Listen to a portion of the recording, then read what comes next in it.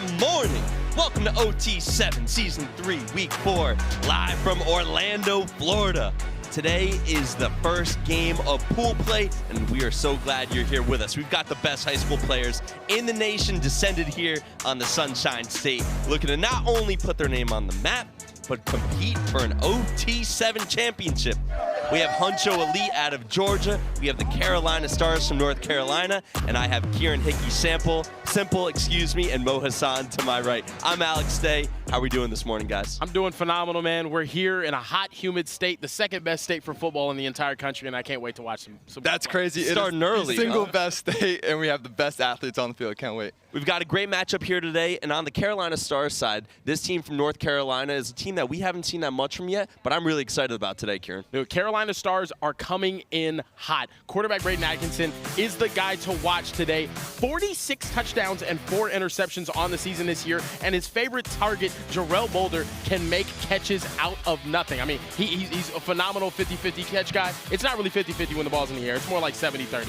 He is going to be a key factor for them to see if they can get a win, though. On the other side, for Huncho Elite, they did not look great early in the year, but now they have their best player, their QB, Antoine Hill Jr. back. That's right. Antoine Hill Jr. is a stud. This dude is huge, 6'5", 215. He's a 4-star in the 2025 class. He's got huge offers. He may go to Georgia, and his big target is Xavier Tiller, 4-star, number 4 tight end in the country.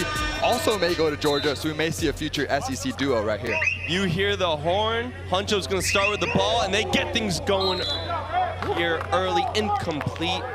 So right there, that's Hill Jr. You heard Mo Hassan talking about him, 6'5". He's already started 36 games in his high school career down in Georgia. A lot of experience under his belt. Has picked up a lot of offers. He's a 4-star already. There's rumors of him going to Georgia. There's strong rumors of him going to Florida. It'll be interesting to see which of these SEC schools he picks. It's going to be fun to see what he does. I mean, all the talent in the world, though, 6'5", 215 pounds in high school. That's like double of you right now. Man, Crazy. you know what? You have a lot of nerve with how I beat you with one-on-ones yesterday. Beat is a stretch. A lot of nerve. Beat is a stretch. No, but Antoine Hill, all the talent in the world, as you see that throw right there to the outside. Does he hold on to it? Juggling towards the sideline. That's good enough for first down yardage. So you have to get to the other. They're going to say incomplete. Oh, I don't know. All right, we'll take another look. You have to get to the other team's 20 for a first down. You take another look here, Kieran. A little bobble. Oh, he was out of bounds. It was really, really close, though. What an effort, though. Doesn't get it full extension laid out. Smacks off of his face, off of his knee, back into his hands. Oh! Now, we don't review plays that aren't scoring or turnovers. Kieran, it looked like he just kept sliding forever. That was crazy. He was going into second base right there, full speed, Ella De La Cruz type beat. It was crazy. Ooh. Although if we're talking team from Georgia, maybe it's a little bit more of a Ozzy Alsby's. Yeah, maybe Ronald Acuna. Ronald. Yeah, no. But 3rd and 20 here for Antoine Hill Jr. Looking over the middle. It's thrown off into the flat. It'll be a 4th and long. Mo, he was really going through all his progressions there. Yeah, they had a double post read here to the field. They leaked a little flat. It was a check down, you know, and now it's a 4th and long. But we like that. We prefer that, obviously, over taking a shot down the field that results in a turnover. Kieran, would you consider flipping the field and giving the other teim the ball at the 10? I think in this moment I would. You're going to give him about 16 yards if you don't get a completion past the 20 right here. I would definitely consider flipping the field right here, but hey, that's just not who Team Huncho is. They're going to take their shots. It's pool play, man. Why not? It's pool play. Huncho's going to roll the dice here, 4th and 13. You see a beautiful, hot, sunny day here in Orlando, Florida. Hill over the middle, intercepted, and Carolina's returning it the other way. Might be to the crib, to the 10, to the 5, house call. Stars. Honey, I'm going home. Bro. Oh, my goodness. What a turn of events right there. Pick 7. There is a flag on the field right now. Take another look.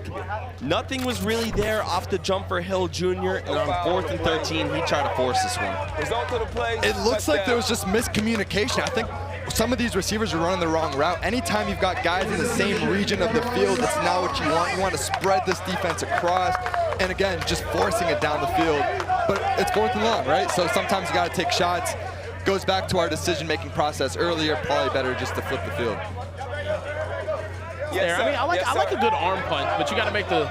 You got to stop him on the Here we go. That was DeQuadre Current, class of 2025. He has an offer from App State from Matthews, North Carolina.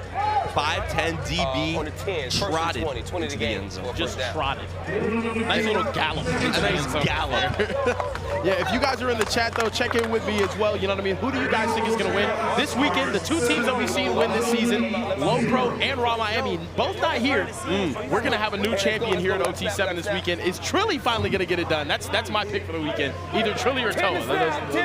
There are spots to be taken for the OT7 championship in June, and one team here this weekend will punch their ticket. Interesting to see if we're looking at one of the 2 right now. And that's complete over the middle. It'll be a 2nd and short. That's Andrew Leslie, class of 2025 from Ellenwood, Georgia. And Antoine Hill at one point was committed to Colorado. He was supposed to be the successor to Shador. Decommits, and like you were saying earlier today, Georgia and Florida are the top 2 leading schools. Interesting development here recruiting-wise. Yeah. A lot of good things going on over there at Warner Robins. Warner Robins. Yeah, Warner Robins High School. I think they produce some of the top quarterbacks in the country. No, for sure. The state of Georgia. No, the state of Georgia definitely does. You talk about Justin Fields. Trevor Lawrence. Yeah, Juju Lewis, one of the top-rated guys in the country right now, too. Trevor Lawrence as well, yeah. Future USC QB, and that one's incomplete towards the sideline. Elite boiled peanuts down there in Warner Robins, Georgia as well. They shoot The Walking Dead around there, too. Okay. Yep. I spent a lot of time around the country. Fact. Yeah, that's a good time.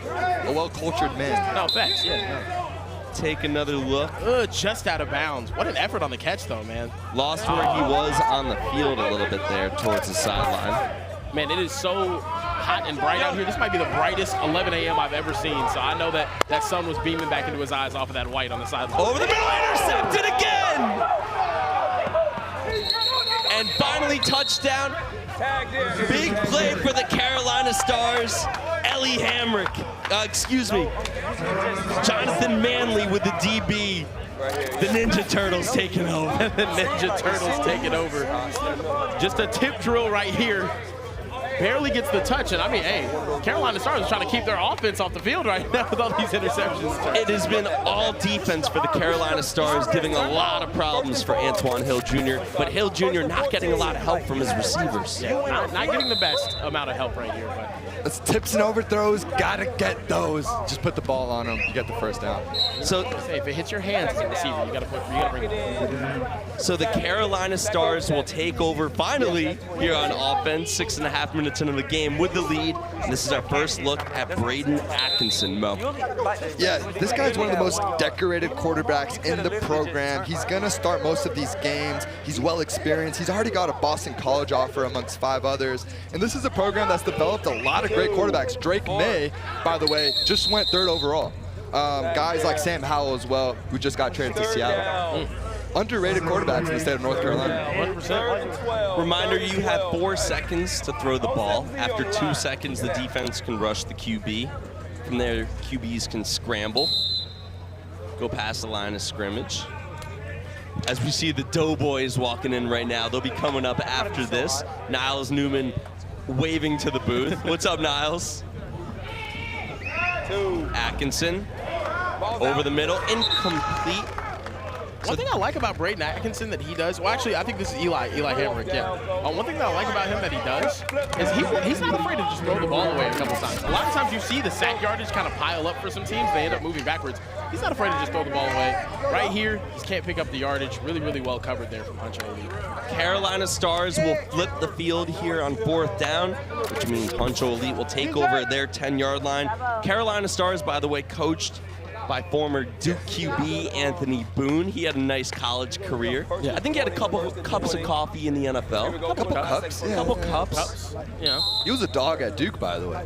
he's one of the Those were best. some good Duke years. He's one of the best QBs in Duke history, which, I mean, I'm a Duke fan, so I'm allowed to say it's a low bar, but you guys can't say it's a low You bar. are a Duke and New York Knicks fan. That is the worst combination of all time. Look, Terrible. if you're a Duke football fan, that means you're Oh, you're really locked in, though. That Yeah. shows character. Yeah. Basketball I mean, fan, come on. you're kind of lame. Come on. I also like Duke basketball. Ooh, stops on a dime. That's a completion for 5 yards. Back to Andrew Leslie, his second catch of the day. And we'll throw it over for the first time to the fourth member of our broadcast booth, Overtime Tom. What's going on, Thomas? Good morning, fellas. I am doing great. It is beautiful out. The guys are looking solid so far. I would like some more points on the board, but we're going to check out the On 3 power rankings. On 3 is the group that does all the recruiting, ranks all these guys. So we had them do our top 10 for the teams in OT7, and you're going to see some interesting things on here. At the top, still low pro, right? They've won 2 different weeks so far. We love seeing them at the top. But then number 5, Flo, led by number 1 quarterback in the country, Bryce Underwood. Kind of a shocker, went from not ranked to now being a top 5 team.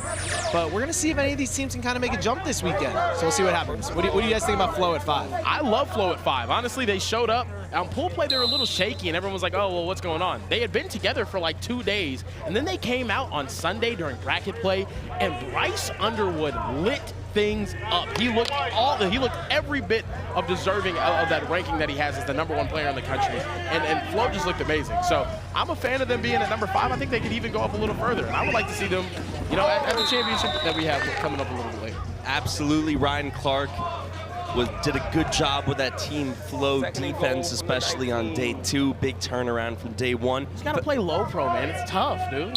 Low pro should have its Yeah. own ranking. Dude, Number 111. Right. I'm looking at the chat right now. People are like, why did Low Pro show up? Because we got to let somebody else win something, man.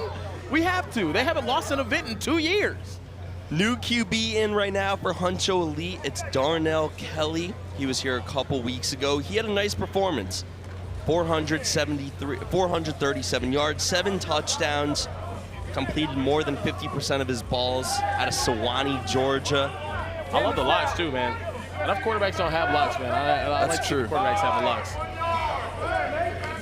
He can spin it as well. Kelly Look at that. towards the end zone. Little bit long for his intended receiver, Larry Hudson. Little overthrown, but I think anytime they call you the created player as a nickname, I want to watch. I'm intrigued by that nickname. This dude threw for over 3,500 yards as a sophomore in the state of Georgia. It's one of the most competitive districts in all of this country. And to throw for that many yards as such a young guy, look, this guy is really impressive. I just want to know, did he give himself that nickname, or was it given to him? These are great questions. I feel like we need Tom down on the field to get to the bottom of We this. might have to have some. That's the question. Guys, I think the that's deep. Huncho playbook has all Quavo songs as the names. Are of you the plays. serious? Yeah. I'm gonna get in there and look again. I saw a few names there. We're running Pipe It Up right now, and that is not the answer on 4th and goal coming up here for Huncho Elite. Still held off the scoreboard, 7-0 Carolina Stars. We're past the midway point of this pool play game. First game of the day. And in a situation like this, man, this is where, all right, you gotta test. You gotta test me with Xavier Tiller. I got a 6'4", 205-pound tight end who's top 5 in the country. I'm throwing it up to him, man. Can you jump with him? That's what I'm going to. He has 24 offers, Bama, Florida, Georgia, FSU. You could probably guess the other 20 by hearing those 4 schools right there. So keep your eye on number 14.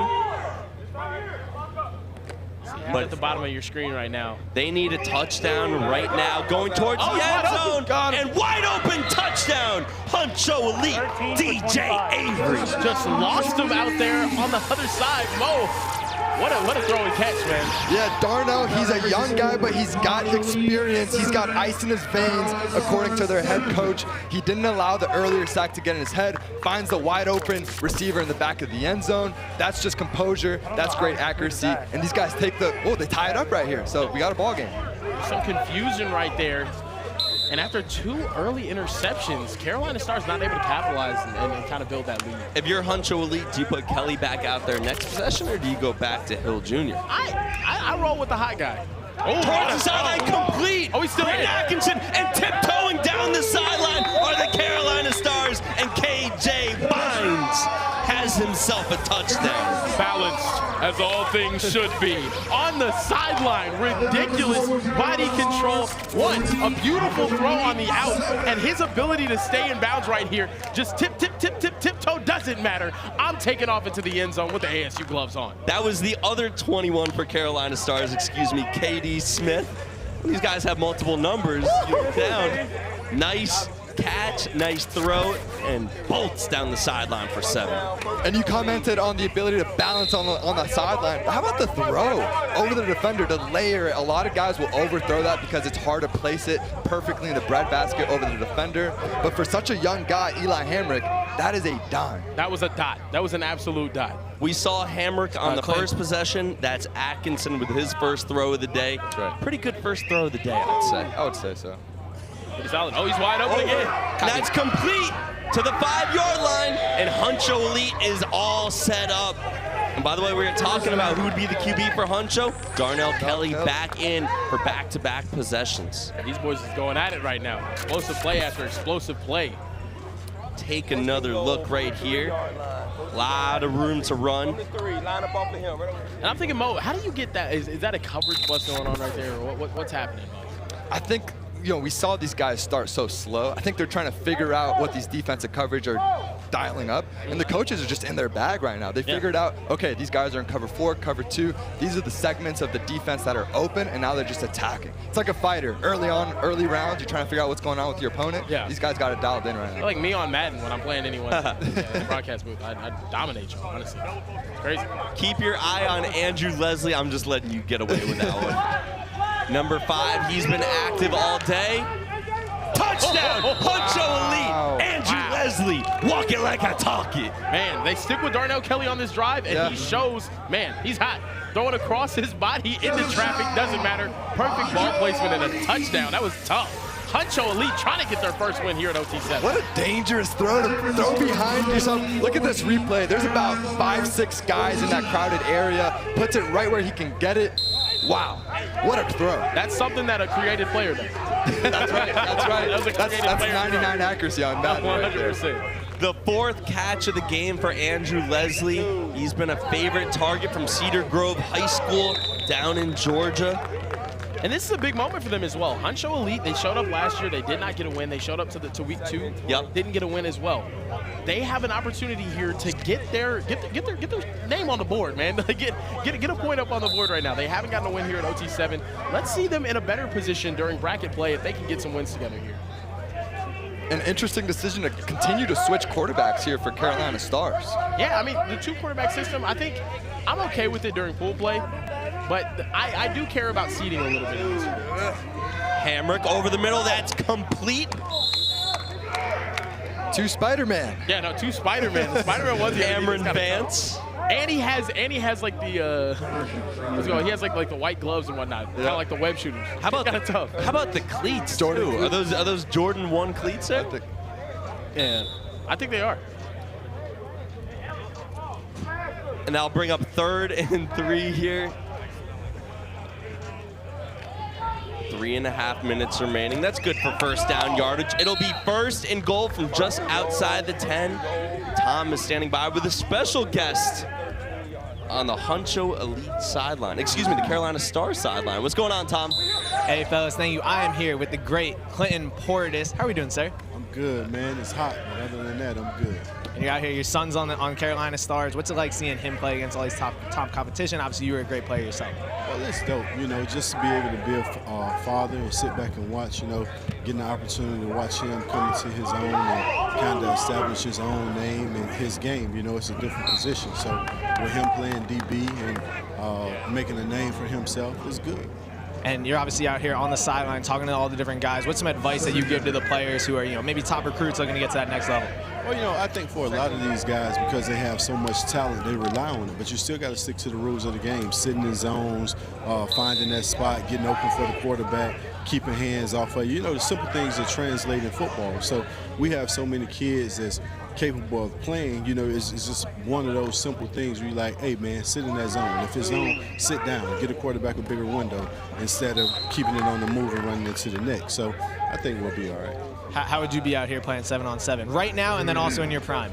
Right now, I would have to be the snapper, but in my prime, I would have cut up. You know, I think having this opportunity, having this much field access would have been dope. You know, the everything that goes with this for a kid to market himself is great. So getting that opportunity as a kid, I would cut up every time I touched the ball. Even if I didn't touch the ball, I'd cut up. See, Smoke, I got to teach Smoke, you know, like for him to be one of the top kids out here, he don't cut up enough. So I got to give him my mentality. All right, well, we'll let you get back to it. Appreciate you. Thank you, sir. Talk to you soon. Back to you guys in the booth. Jarrell Boulder climbed the ladder, young man. Remember at the top of the show when I said 50-50 balls were really like 70-30? I was wrong. They're more like 80-20 or maybe 90-10. He climbs the ladder and makes it look so easy right there. Get up with me, son. I'm upstairs. Don't forget, coming up next, we have Team Toa versus the Doughboyz. That's Madden Iyamaleava versus the team of Lyman. You're not going to want to miss that one. But right now, this one's coming down to the wire. It's Huncho Elite with the ball at their 10-yard line. And Kieran, they're using their money drive right here. Explain for the people in case they don't know. Money drive, 10 points for a score if they go down the field and score a touchdown, but it also comes with a risk. If you get stopped on this drive, the defense is rewarded with 4 points. If they pick you off, it's 6 points. And if they return that interception for a touchdown, they get 10 points as well for a touchdown defensively. So, Huncho Elite, 1 minute left in this game. Can they go down the field and win? Antoine Hill Jr. back in at QB for Huncho Elite. Interesting decision. This is her 5th possession. Another quarterback switch right here towards the end of the game. Yep. 45 seconds left. Clock is still on their side. Touchdown would give them the lead. Hill in the pocket. Too long. That will be a 4-second sack, and now they need to hurry up. Yeah. Now they're going to have to hurry up back to the line. Down to 30 seconds. They're huddling up again, taking their time, getting back to the huddle. Hurry up! Down to 20 seconds. They might only have time for 2 plays at this point. Tick, tick, tick, tick, tick, tick, tick, tick. Down to 12 seconds towards the sideline. That's complete. Needs to get out of bounds, and he does. That will bring up a 4th and short, but more importantly, it might be time for only one last play. Well, the key thing is, though, here, it's a money drive. The drive is just over anyway. You just don't pick up this first down. You need to get that first down. Short completion, get out of bounds. That would be best case scenario, and then last play of the game, I think you take a shot. Me personally, I'm taking a shot here. You can't let this game end without you taking a shot to the end zone. That's a fair point. And we've seen so many games end where teams try to do that, and then they don't get out of bounds. I'm picking up the first down right here, though. Well, let's see what kind of coverage we get. If they're off right here with their corners, yep, you're right. They could take a little hitch right now. Yeah. I'm trying to pick up a first down to get out of bounds as fast as I possibly can. No Carolina Stars defenders are inside the 10, and they're taking a shot towards the end zone. In the pocket, over the middle, too high, turnover on downs, and the Carolina Stars are going to hold on. Oh, just another heartbreaker for Huncho Elite. He had his guy, Demarion Parrott right over there to the left to go out of bounds. If you wanted to just take the easy yards, it just ends up trying to take the shot to the end zone. If you see 0-0 right there, he ran wide open over by the sideline. Would have had the ability, as we see Team Toa Big Nick walking in, just right over the outstretched hands of him, unfortunately. And interestingly enough, they didn't have Xavier Tiller on the field, their big 4-star tight end. That would be a big target you would think you would go to down in the slow red zone.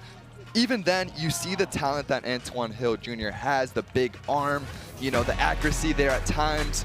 I think they're going to put it together later on in full play. Carolina Stars 25, Huncho Elite 14. Much more pool play coming up. Doughboyz and Toa coming up now. Don't go anywhere.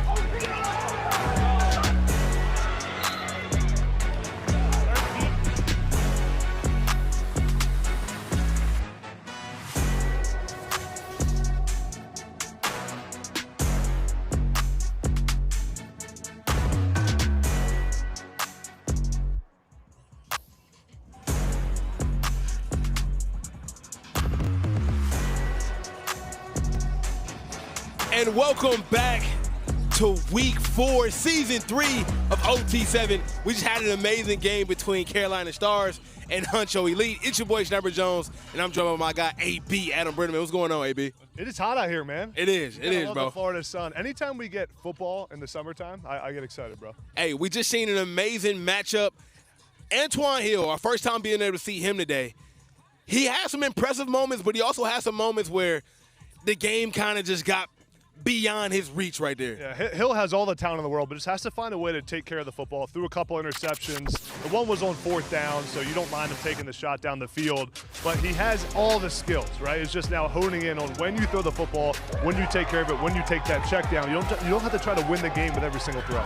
Absolutely, and Carolina Stars, they actually came out here and ball. I mean, not only defensively coming up to get 2 interceptions that game, but they were also to put some numbers on the board as well. And they kind of surprised a lot of people who may not knew a lot about Carolina Stars. Yeah, I was surprised by that defensive stand at the end of this game. Money drive, a game-winning drive potentially for Huncho Elite. Carolina Stars played great defense, forced a turnover on downs against a really good quarterback. And how about for Carolina Stars? Jarrell Boulder going up and catching that ball back of the end zone on his head. Play of the day. As Kieran said, 90-10 ball. You throw it to him, 90% chance he comes down with it. Big-time play. Absolutely. Let's get a chance to look at the schedule so we can see some more of the upcoming games we got coming up right now. As you guys see, Doughboyz and Team Toa are about to set the field and play right now. After that, we got Level 82 going back up against Carolina Stars, who just got the W. But stay tuned to the 12:30 matchup. Hellstar versus Team Toa. We got some 5-star athletes going head-to-head. It's going to be a great QB battle. You don't want to miss that. And then 1 o'clock, Doughboyz play again. Is Doughboyz the funnest team to watch here, bro? Hey, Doughboyz have been competitive this year so far, this season. I mean, they've been in a lot of games. Let's see if their quarterback, Joey Gaston, can spread it out through his big playmakers. Absolutely, and right now we got Doughboyz going head-to-head against Team Toa. Now, Team Toa is one of those teams that this might be their opportunity to take over with no Raw Miami here, no SFE here. It's not a lot of teams in their way to get that divisional championship. How do you feel about their odds and their chances being able to get to that next round? Well, when you got a quarterback, you got a chance, right? They have Madden playing QB for them, so they're going to be throwing the ball all over the yard. I love what he brings to the table. Obviously, has it in the bloodline, in the family. It's going to be an exciting game. And right now, I'm in the chat. Please let me know who y'all think will get the W. And don't forget, Bunchie is a part of this Doughboyz team now with Niles Newman. And I'm looking at the chat right now, AB. 72% of the chat is voting for Doughboyz to win this game. Man, they may have a chance, man. And if Bunchie gets a couple touches, man, get Bunchie in the end zone, all you need is Bunchie, man. Come on. I'm excited for my guy, Maxwell Bunchie Young, the new 3-star receiver. Keep your eyes out on him. Don't go anywhere. More OT7 football coming up right after this.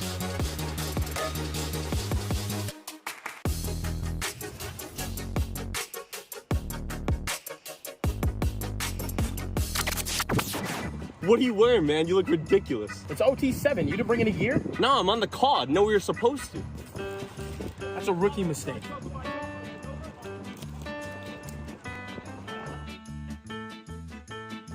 Looking good, Kieran.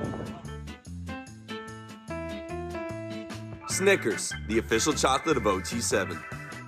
Overtime Tom here for a break in the action. A turnover can change the momentum of an entire game. If there's one weak link, the whole team suffers. So remember, vapes can contain toxic chemicals that can damage your lungs and the team. All right, let's go back to OT7.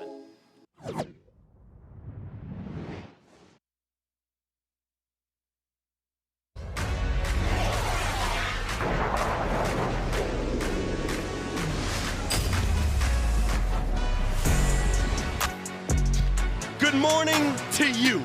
Welcome to OT7 Season 3, Week 4, live from Orlando, Florida. We've got the best high school players in the nation down here in the Sunshine State, looking to put their name up on the map and also compete for an OT7 championship. We have Madden Iyamaleava and Team Toa going up against the linemen and the Doughboyz to go along with Niles Newman, Bunchie Young. We'll get to that in just a moment. That's Kieran Hickey Simple. That's Mo Hassan. I'm Alex Day. What's going on, fellas? Dude, I am so excited. Every time I get to watch Doughboyz football, it makes me so excited. You know, I almost want to put on the uniform and go out there and do something. I think you can go out there, Kieran. I might have to. I might have to. On the Doughboyz side, they are more than just a meme team. They are the dream team, in my opinion, Kieran. They are the dream team. And the real question is this week, can they get a dub? If they can go out there and get a dub, I'm going to lose my mind. I'm going to run out of the booth, I'm going to jump into the pit with him. It's going to happen. They added some stars. Bunchie Young, Jared Curtis on the team. Bunchie Young, congratulations to him. Got his 3 stars, child prodigy. You know, they also have another child prodigy on their team, Niles Newman, the electric slot wide receiver who's going to be breaking ankles out there today. On the other side for Team Toa, it is the Madden Iyamaleava show, the 4-star QB from California. Madden is a baller. I've got this team going very far in this tournament. Some have them winning it all. He is the 12th ranked quarterback in 2025, but in my opinion, he is better than that. I think after a strong showing, he may be a 5-star. We all know his brother is at Tennessee. Madden's already got big offers from UCLA and Nebraska, and his big target is 3-star wide receiver Jace Brown. 20-minute running clock. Madden taking a shot over the middle, nearly intercepted, and that would have set this place on fire. He's celebrating with a sword, but all I'm going to say is he maybe should have picked that one. I think he definitely should have picked that one.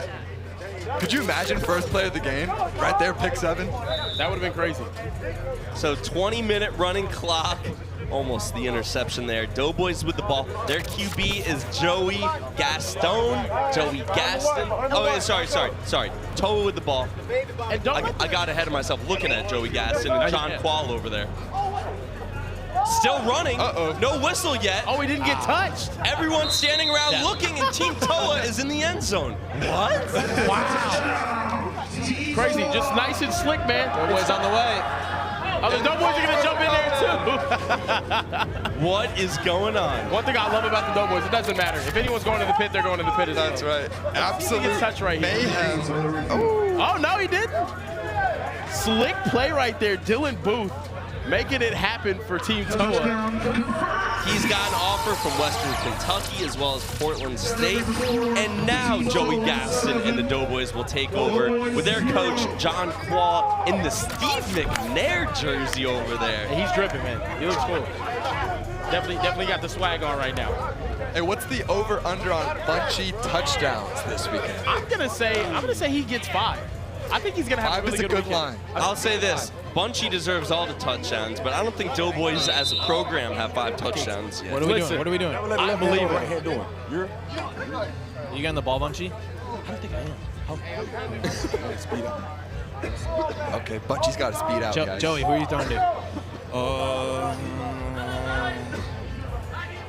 I hope you lose. I hope you lose. I hope you throw an interception. I hope I lose too, to be honest. Okay. Good luck. Have fun. Joey in the backfield with Niles Newman right now. Star of keeping the Newmans. That's complete towards the side, incomplete towards the sideline. See what they got, man. You see Niles Newman out there, just electric, man. I don't think anybody's going to be able to really hold him in the slot today. He's the real dynamic guy, you know, 4.4 speed, 40-inch vertical as well, out of an 11-year-old. We don't really see that much. Hey, I saw him get a few catches last time. Oh, exactly, one-handers, jumping over people. I mean, dude, rumor is he wants some of the best corners in the country. Devin Sanchez, my guy, top-rated corner in the entire country, said he just could not guard Niles Newman. That's a confirmed text message. Confirmed. Yeah. Niles in the slot right now. You know, it was overtime Megan calling plays last time we saw the Doughboyz. She was electric, man. They need to bring her back. She needs to come back. She does. She absolutely does. That offense was clicking like I've never seen before with overtime Megan calling plays. Play 3, play 3. She said run the touchdown play. You think so? And they picked up a first down. No, she said run the first down play and they picked it up. It was the most amazing coaching. Yeah. Sometimes everybody overthinks it. All right, cool. I want you on behind. There we go. See what these guys got, man. You know, as Team Toa, what's the intimidation factor got to be on their side? You know, playing such a juggernaut in Doughboyz. I mean, all the pressure is on Team Toa here. You can't be the team that loses to the Doughboyz because they're saying things like, yeah, we don't really care if we win. Well, you can't lose to that team. Strong hands by Bunchie, the new 3-star wide receiver out of LA. It's good to see him, man. Bunchie's doing everything. He's up in the booth. He's out there making contested catches. Big 4th down right here, though. He's doing a great job in the booth, by the way. Hey, Bunchie, what great job, man. I think he'll be in the booth with us later today. Yeah, right? I think so. Doing a little bit of everything. He played week 1 with EPS Blaze. He stays busy. Caught a couple touchdowns there as well, man. Yep. Yeah. That was a very good catch. Yeah. And as he winks up. yeah. recently picked up his 3rd star. Big week. I'm proud of Bunchie, man. Look at Bunchie, so inspirational. 4th and 10. Niles is wide open. Niles is wide open. Oh, man. And turnover on downs. Team Toa taking over. Niles is furious walking off the field. And that's unfortunate. That's the thing, like, nobody can really guard Niles, so not looking at him, he should be the first read always. You know what I mean, Mo? I think you just put him on a deep ball every time and just throw it up. No, honestly. Big target. No, facts. Can high point the ball. Tom, at what point does Niles get annoyed not getting the ball? Hey, fellas, I am with Niles Newman right now, who looks absolutely furious. What just happened out there? I don't know. I was open. I didn't get it. It slipped out of his hands. Would you say that your quarterback is playing poor? No. I mean, no.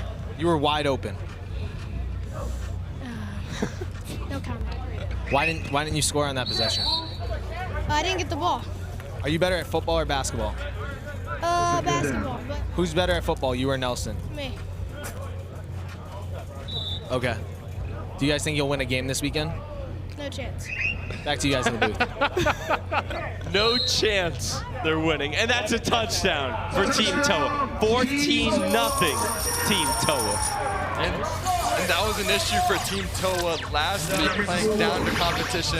I think they took their head coach's advice. They are dialed in. I feel like they've had 2 or 3 plays on offense. They look really good so far. Yeah, I feel like, you know, Madden getting in rhythm. Last week, I was most impressed with their defense, though, honestly. That's the one thing that I think it's going to be very hard for the Doughboyz to get going on. If it was hard for Low Pro to score on them last week, it's going to be very, very, very hard for Low Pro to pick up a first down. Last week for Team Toa, Madden was in rhythm. Their defense was in rhythm. We got to get my boy Slim Jim. We got to get him in there and get him active. Yeah, right. Run this right here. Run this right here. Hey, Slim Jim, you're a running back. Slim Jim. Let's see what Slim Jim can do out there, man. Come on, Slim. You got it, Slim. That's Dale Johns in the backfield. Oh, yeah. AKA Slim Jim. Yep. Taking a shot deep. Oh! Nearly brought in there. Drew Follett, class of 2027 from Winter Park. He's got offers from Louisville, Baylor, and UCF already. Yeah. Big 6'4", too. Big Slim, tight were you end open? offer for sure. It's Big open. body. Confirm it to me. I think they're missing their best wide receiver from last time. Their offensive tackle that was making one-handed catches all over the field. It was insane. Go outside, but go under, right? You're off the ball on a post, right? But let him go.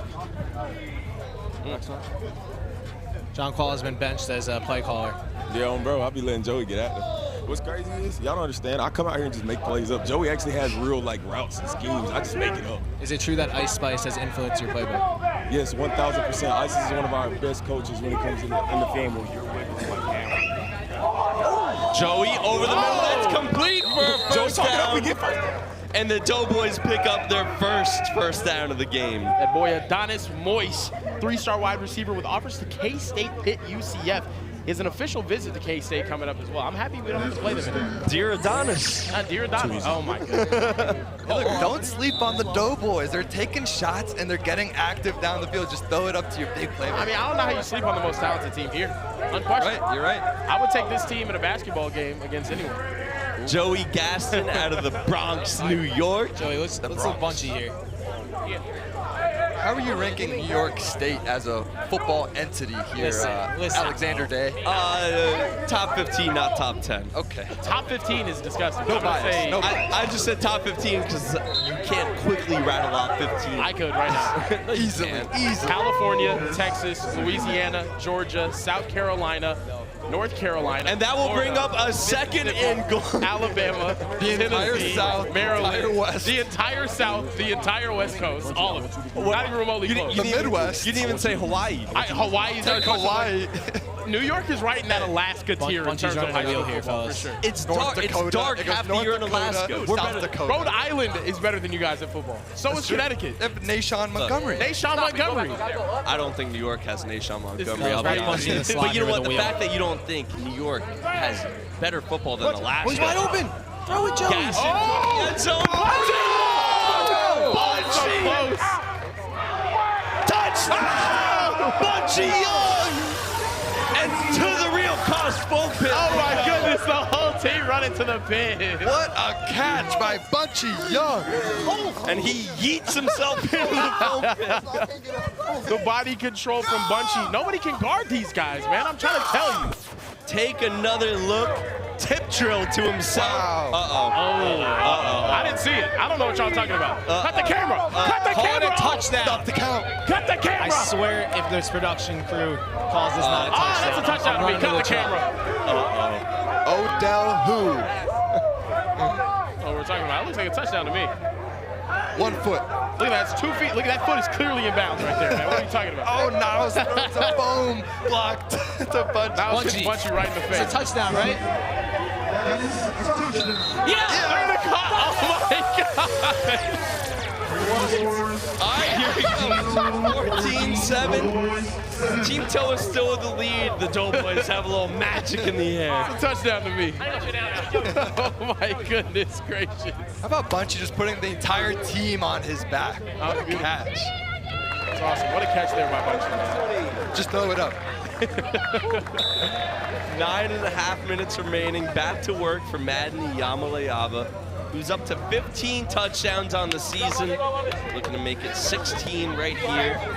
Keep your eye on number 2, Jace Brown. He's been a favorite target of Madden's this year. The whole chat saying he's in. If you don't think that's in, I don't know. You need to get your vision checked, but. That's a 10-yard gain towards the flat. What's going on down there, Tom? There's a lot going on down there. Hey, fellas, I am here with Bunchie Young, the new 3-star, taking me through that amazing, beautiful, perfect, special touchdown. He's literally the GOAT. Yeah. So, John Paul was like, I'm gonna push you on the wheel. I was like, I'm gonna trust you. I was like, all right, man, I got you. I can let you know, 3-star, new 3-star. You already know. And then one hand tip to yourself, come down with it. Did you keep your feet in bounds? I kept my feet in bounds. In my opinion, I think I kept my feet in bounds. They're just haters. You're not supposed to be even scoring a touchdown, so they're haters. It's okay. And you're playing with the Doughboyz this weekend. How much does it mean to be a Doughboy, playing on one of the best teams in the country? It means a lot. We're like, they're the best team in the country. We're really like that, so it means a lot to me. And Niles Newman, your counterpart at receiver, is that the best duo at OT7? For sure is. He's top 5 in his class. Class of 2021. 30. Top 5 in his class, so right. You guys get up another touchdown, so go get on the field maybe. Good luck, Bunchie. Back to you guys. 21-7 Team Toa. That's Jace Brown with a touchdown. But Mo, we got to talk about this touchdown. So Madden loves his target here on the bottom of the screen. Jace Brown, it's quarters coverage. Watch this free safety. Jace is going to run a deep post. It's double post, actually. So this inside post is going to take the leverage, and he's going to target Jace down the field for a beautiful touchdown. Insane ball placement, by the way, as well. Back at the end zone, touchdown. We're going to see that heavy and often all weekend long. It's easy there from Jace Brown. I think they're going to be a team to watch. They're one of my favorites this week, as you see right there, man. Beautiful on the telestrator. Double post action. That's something that I routed day up yesterday when we were checking out. Right. If only we had the tape of that. You know what we do have the tape of, because this is only Mo's second time using the telestrator, was that tumble you took last week. That's crazy. We do not have that on film anymore, thank God. Truck, you have to watch that. No, we don't have that. Maybe right now. No. There's no fall. No such fall that happened. There is no such thing. No such thing. No such thing as a life that's better than yours. It's a good time, man. 21-7 with 7 minutes remaining. Doughboyz trying to make this a one-possession game.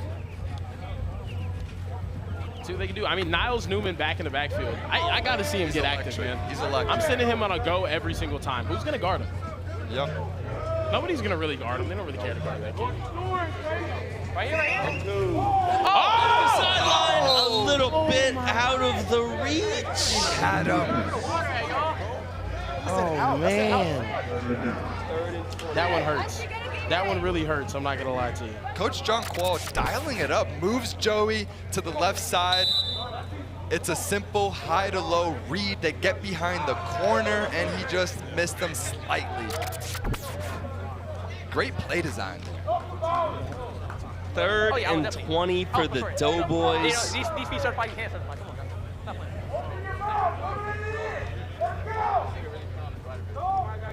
John Quall with the Steve McNair jersey.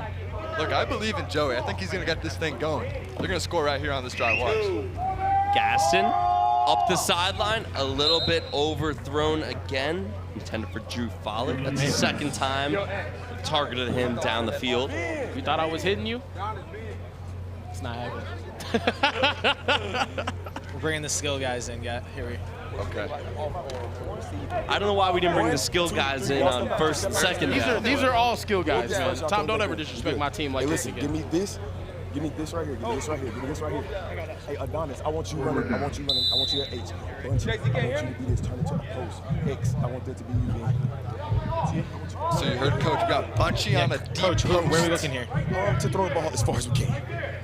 You heard it here first, fellas.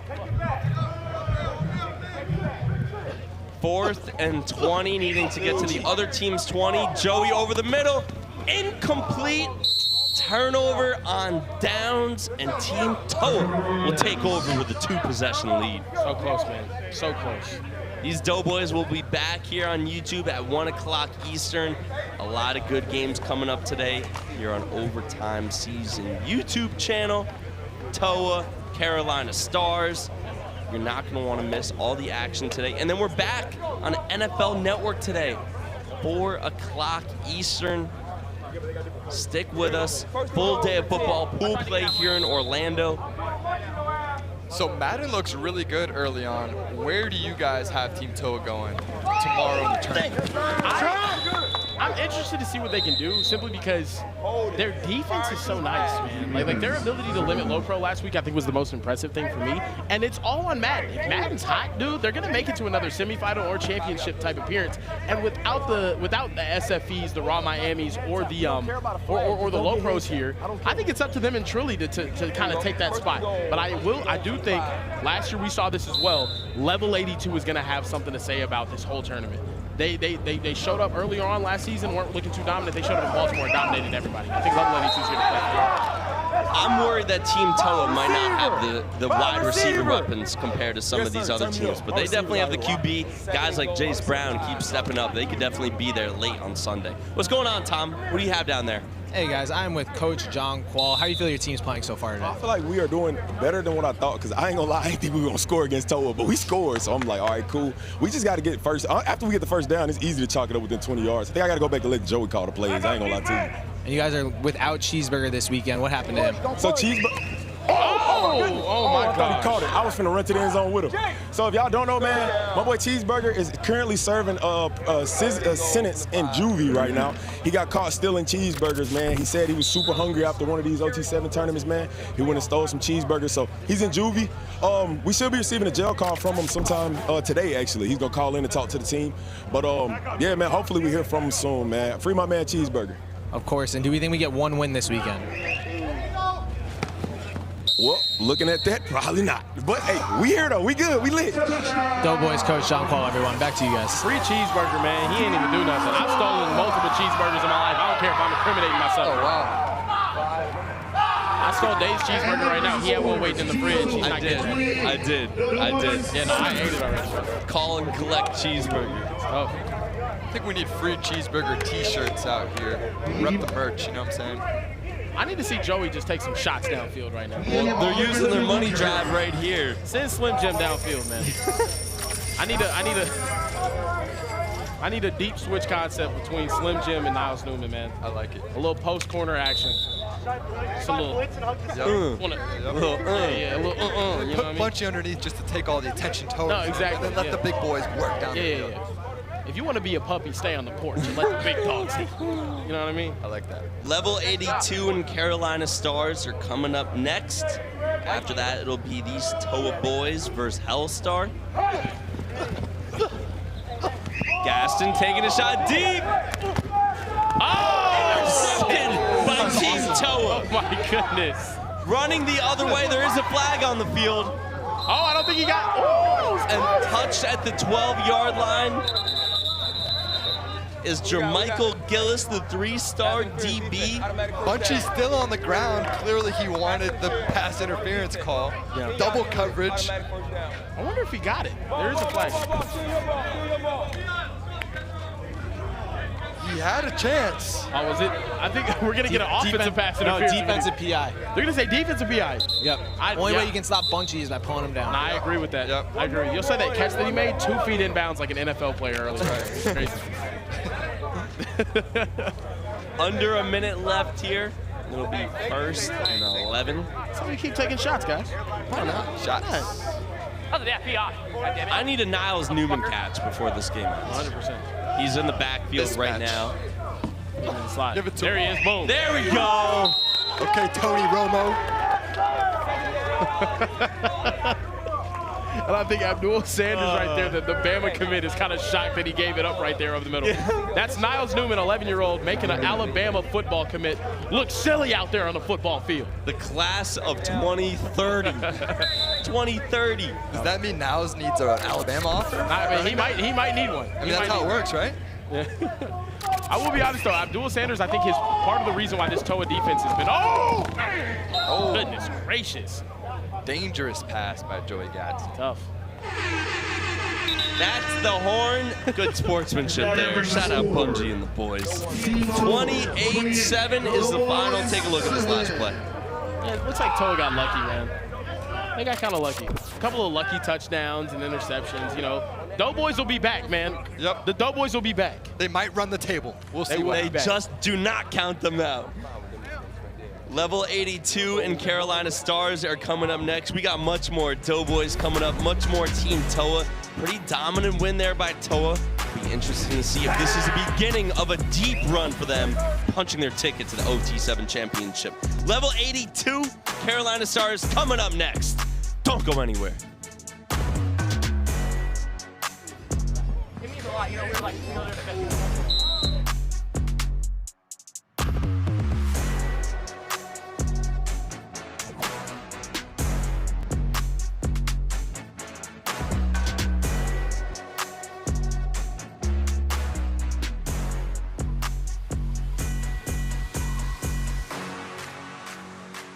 And welcome back to week 4 of OT7 in Orlando, Florida. What a game. It's your boy Sniper Jones, joined by my guy AB Adam Brenneman. We just seen the most talented team in the nation, the Doughboyz, with an upsetting loss. Everybody had them favored to win that game, man. I mean, the YouTube chat voted 80% for the Doughboyz to win, man. I'm shocked. I'm shocked by it. But TOA looked pretty good. We got to give TOA credit. TOA did look great, okay? Madden, Iyamaliava looked calm in the pocket. Even though they had stifling defenders on the other side, he was still able to capitalize. If you got a quarterback, you got a chance. And TOA has Madden, one of the best in the country. He looked polished. He looked poised. Found his big receiver, Jace Brown. I think TOA's got a chance to make a run this weekend. They play well on defense. They have the quarterback, Madden, like we said, and they have some receivers. TOA is one of the most underrated teams here. Jace and Madden both play high school football together, so that's a big reason why they had that connection. Look forward to them playing a lot more together and them connecting on a lot more touchdowns. Chemistry. On the other end, we got Doughboyz, right? Yeah. Bunchie Young, the new 3-star, with their only touchdown of the day, and it might be their only touchdown on the week, okay? Yeah, Bunchie showed why he's a 3-star. Made a big-time catch in this game, and I just love what Bunchie brings to the table. You can play him all over the field. He has the attitude. You see him celebrating when he makes the big play. Bunchie brings the energy. And, of course, Joey Gaston, he did his thing as well. Let's take a look at the rest of the day's games we got, man. Let's take a look at the schedule. So, as you guys see, we just finished up the Doughboyz Team TOA. Up next, we have Level 82 going head-to-head against Carolina Stars. And once again, do not miss the 12:30 game, Hellstar versus Team TOA. We get a chance to see Madden once again behind the snap.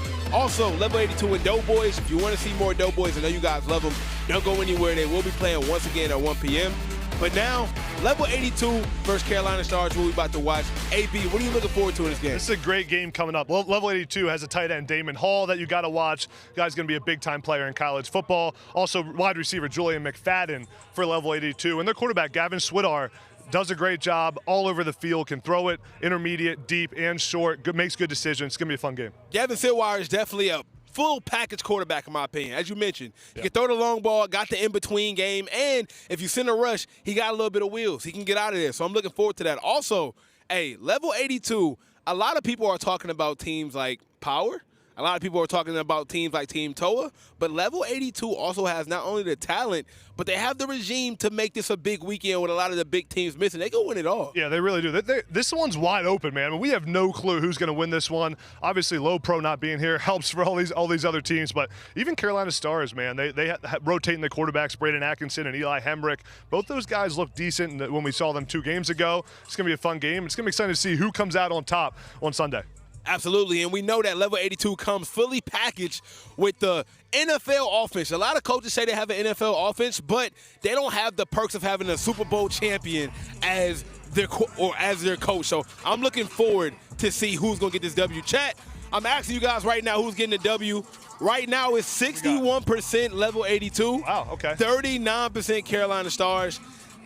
I'm gonna lean towards Level 82 with this one. Yeah, I agree. I think Level 82, they're too good at the skill spots, and they have the better quarterback, I think.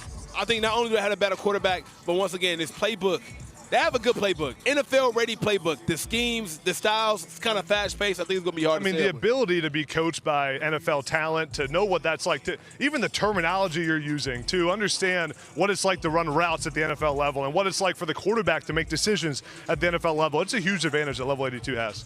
All right, guys, you heard it from AB and myself. Don't go anywhere. Big-time matchup, Carolina Stars, Level 82, coming up right after this.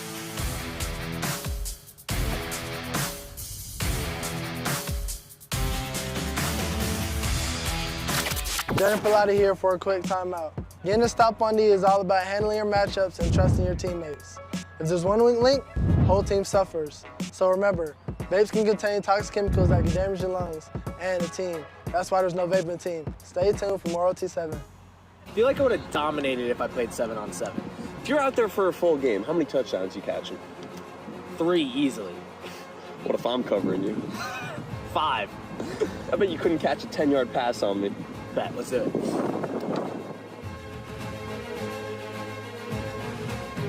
Go.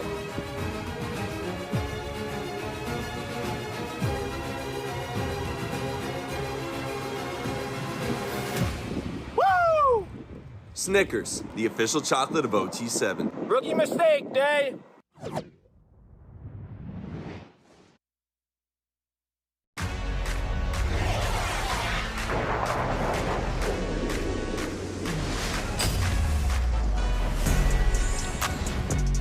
It is Bunchie Young's world, and we're just living in it. Welcome to Orlando, Florida for a great OT7 matchup between Level 82 and the Carolina Stars.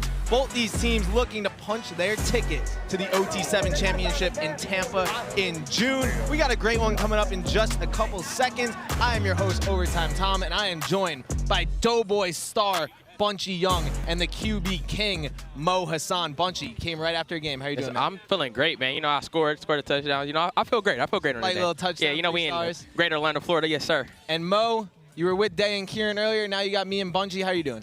I am just blessed to be next to a star like Bunchie. Hey, that was one of the best touchdowns I've seen in all of OT7 history. Appreciate you, Mo. And here we go. We got Level 82, who is 1-0 on the day. They got a great squad. What do you think about them, Mo?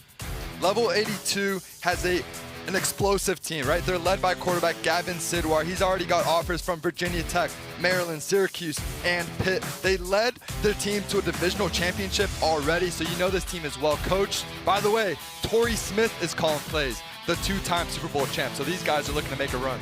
And the other side, Carolina Stars, I believe they're 1-1 today. Bunchie, what do you think about them? Yeah, they're 1-1. You know, they didn't start off great, but I think they're good. They got quarterback Braden Atkinson. So yeah, I think if they keep playing good, I feel like they're gonna be smooth. They're nothing like the Doughboyz, but they got their own kind of sauce. We're about to get this thing going. Carolina Stars are going to start with the ball. And Bunchie, you mentioned Braden Atkinson. Mo, what do you think about his quarterback play early on? I thought he looked good. I wanted to see him be a little bit more consistent and target some of his big weapons. Guys like Jamian Little committed already to Wake Forest, and Jarrell Boulder, who's got huge offers already. And just like that, we get things started with already a controversial call, which we love to see. We'll be talking positively about the refs all day. Bunchie, hold on to this. I think that's a catch. That's a catch. Oh, no, that's a They call it a catch on the field. Bunchie, you can help him out with his hands later today. Now, Bunchie, you just wrapped up a game. You guys played great. You let the other team win, which was very nice of you. How are you feeling right after a game? I'm feeling good. Actually, you know, it was a tough game. You know, we had to let them win. You know how in Doughboyz fashion. You know, in Doughboyz fashion, but it was a good game. So it was actually a really good team. They actually surprised me. Their defense was pretty good. So yeah. And Mo, give us your expert opinion. What did you think of Bunchie's game? I think Bunchie was a baller. Is your back hurting because you put the team on your back? I think my back is hurting. Just a little bit. And here you're seeing Braden Atkinson at quarterback. One of the guys that, look, every week we have great quarterbacks pull up to OT7, and this is no difference. The 2025 recruit. He's got offers from Boston College, Cornell, Mercer. And he threw for 46 touchdowns in his last high school season. Mo, what'd you top out at in high school? I did not throw 46. You did not? Okay, all right. Look, I think the state of North Carolina is very underrated when it comes to quarterback play. This program, just on its own, had guys like Sam Howell and Drake May who just went 3rd overall.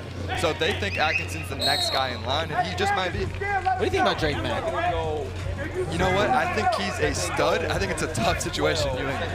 I do think so. I think other guys like J.J. McCarthy in Minnesota and Caleb with Chicago are going into a little bit better situations as a first-year quarterback. But hey, I'm not going to doubt Drake. I think he can get it done. And we got a lot of people in the chat right now. Please let us know any questions, comments for Bunchie, for Mo. Let us know who you think is going to win this game. I see a lot of level 82 so far. Shout out to Dark Visors, who's giving Joey O'Brien, number 6 on level 82, a little shout out. Probably the best defensive player that I've seen at OT7. We'll see him on the field right now. And shout out to the whole entire squad out here. We're having a good one. Yeah, Joey's got some huge offers. Notre Dame, Penn State, Missouri, one of the top DBs here all weekend. He's going to look to make a lot of plays and picks. Total ball hawk. And here we see if Carolina Stars can get on the board early. Got a big 3rd and goal here. 2, 1. Spider-Man suit. I like it, though. Spider-Man suit. Get down. You like the fit? Yeah, I like the fit. So I asked a few people about the Spider-Man suit because he had a nice play earlier today as well, as we see just a little overthrow here. So I agree, it's a great fit, but then I found out that that's been the same Spider-Man suit every week at OT7. Oh, no. So there's a lot of people that have worn that Spider-Man suit. No wash.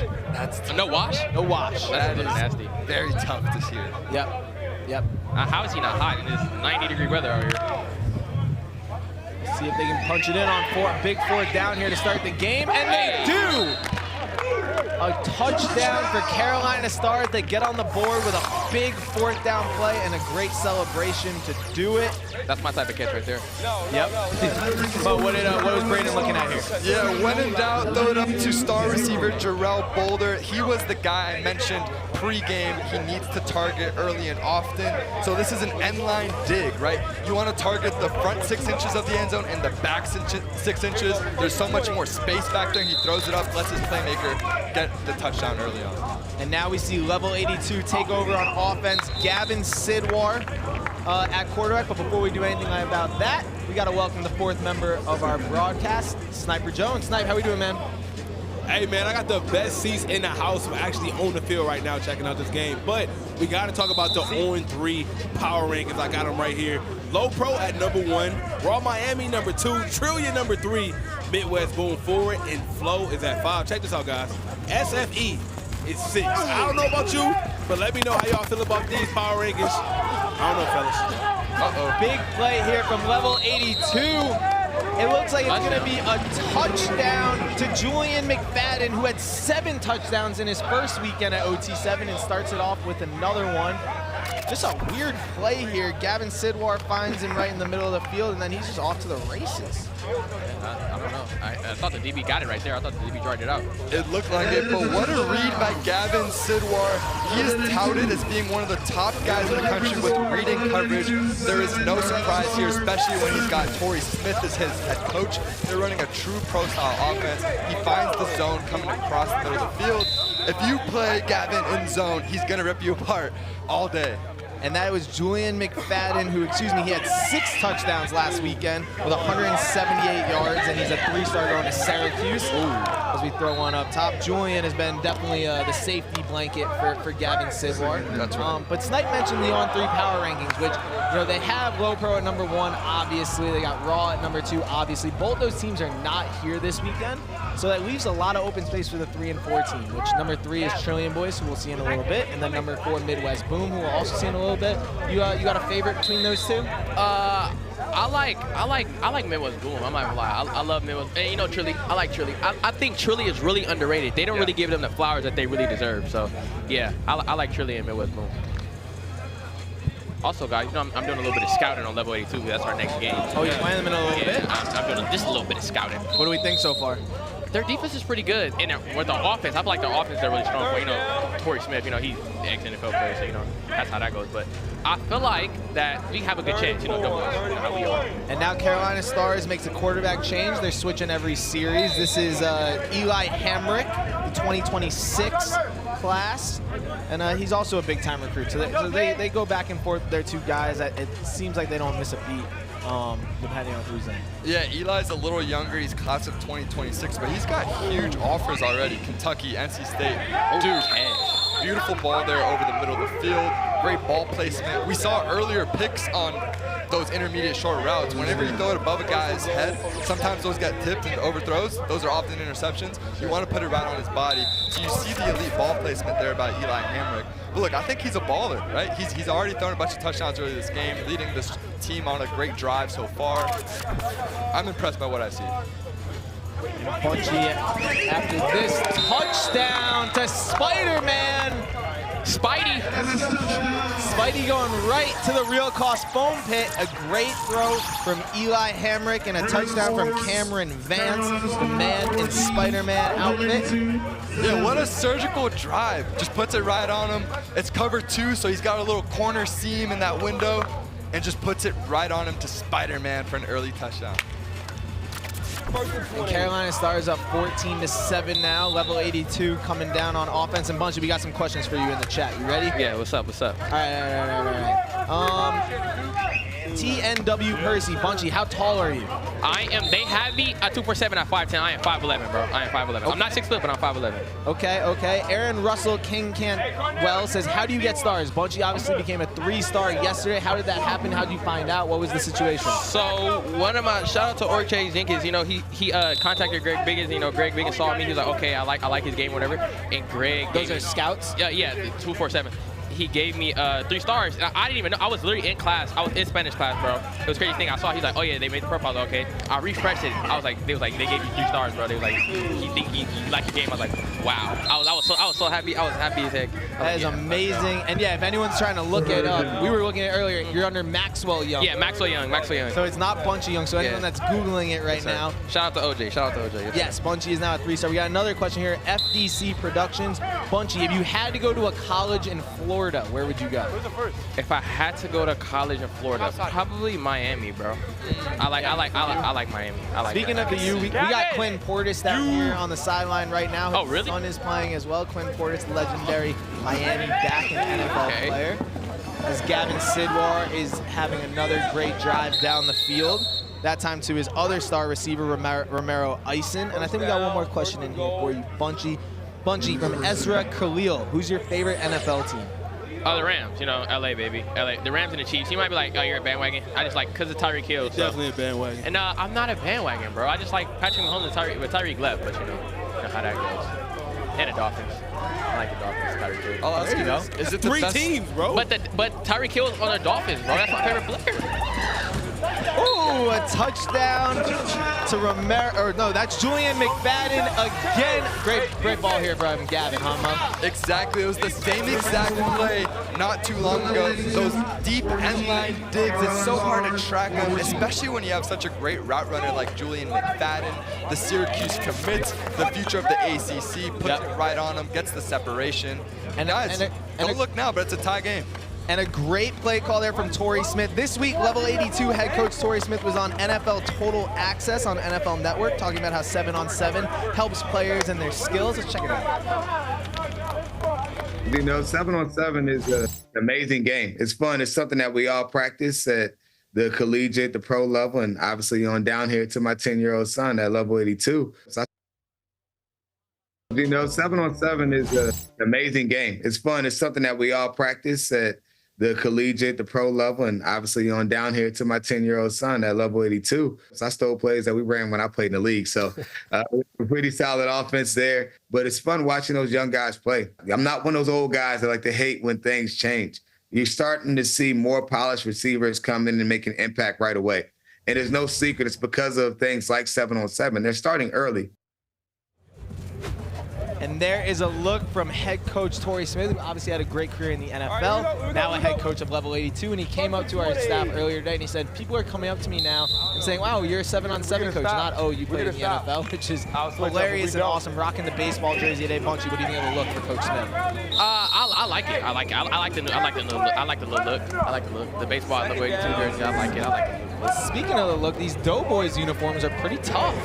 Super. I think we got the best uniforms out here, in my humble opinion. For sure, better than Tua, you know. So and Hellstar, you know. You just went right at Tua. Yeah. And Hellstar. Back up. Yeah. My team got like 3 different colored jerseys on the same team, though, bro. I was confused. Listen. Don't bite the drip. It's okay. The drip is immaculate. You just gotta let us have our drip, bro. Anyone asking here, Bunchie, you guys will play. Do you play right? No, you got 2 games off? Yeah, we got 2 games off. We got 2 games. And then it's level 82, then we play Hellstar. I believe you play at 1 o'clock will be your next game. So watch out for Bunchie. You had a tremendous one-handed touchdown catch in the first game. Yes, sir. Proving, I mean, you talked a lot last week in the broadcast with how great your hands were, and I think you've proved it. I think now you're number 2 in the broadcast. Yeah. And y'all see, did y'all catch the slant, though? He was right on me, you know, hands out, you know. What? I did mention that was the first catch, right? I said that was very strong hands by Bunchie. Yes, sir. So question for you, Bunchie, real quick. This Carolina Stars team, they started off with quarterback Braden Atkinson, touchdown. Then Eli Hamrick, touchdown. They go back to Braden. From a wide receiver standpoint, how does like this constant switching at quarterback, does it affect you at all? Or is it, you know, we're just playing no matter what? I feel like it does, because like if you don't really know, like if you haven't got comfortable with the quarterbacks, I feel like, because you know, like you don't know what they want, their tendencies, I feel like it does. But hold my statement. Hold my statement, Rafat. Boulder goes up and gets it. Wow, all he needs is one hand. It's a back shoulder in the back of the end zone. I'm not even sure if he was being held. All he needed was one. Now watch this replay. Wow. Yo, he heard you talking about hands, and he was like, I only need one, bro. He said, watch this. Yeah, that was hard. Almost as nice as Bunchie's one-handed catch. What a grab there. The second best touchdown of the game of Exactly. Young. And we have a 21-14 game. Carolina Stars take the lead. Wow, that was awesome. That was amazing, bro. That was a great catch. Oh, love it. Push up. Gavin Sidwar coming.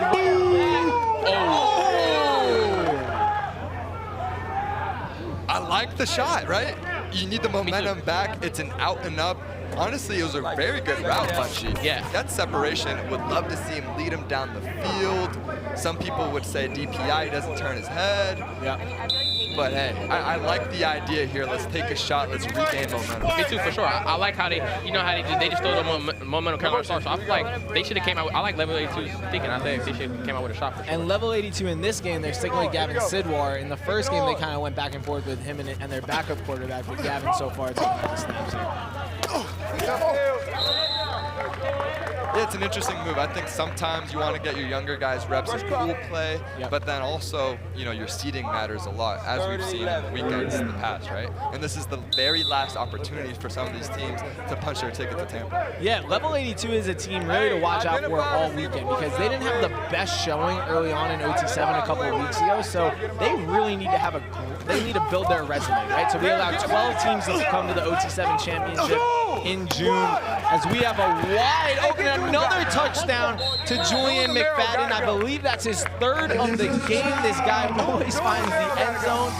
And level 82 ties things back up, and Gavin Sidwar talking his talk as he always does. Yeah, Julian McFadden just has a knack for finding green grass. When you're running these deep over routes into zone coverages, what they tell you is just run to green grass, right? Don't run to get covered. Have a natural understanding of what the coverage and the defensive structure is, and that's exactly what he does. Gavin has such confidence in his wide receivers that he just leads them into the right place, and they've had so much success early on. Great ball there from Gavin. And like I was saying, they need to build their resume. 12 teams can make the OT7 championship. So far, Raw, Miami, Low Pro, and Tucson Turf have punched their tickets, so we still have 9 spots open. Now, level 82 can get an automatic bid by just winning this weekend, or if they just build their resume up, get a bunch of wins, maybe make a finals. That could also get them an at-large spot into the OT7 championship. But level 82 made it last year, so I know that they're trying to get back. Yep.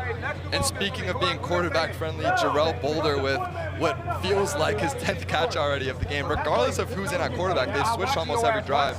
They're targeting Jarrell Boulder early, and often. I like Jarrell Boulder. His game is really good. He's a dog. So, Mo, who do you think has the best uniforms out here on OT7? Ooh, unis. Just overall or just here this weekend? Just here this weekend.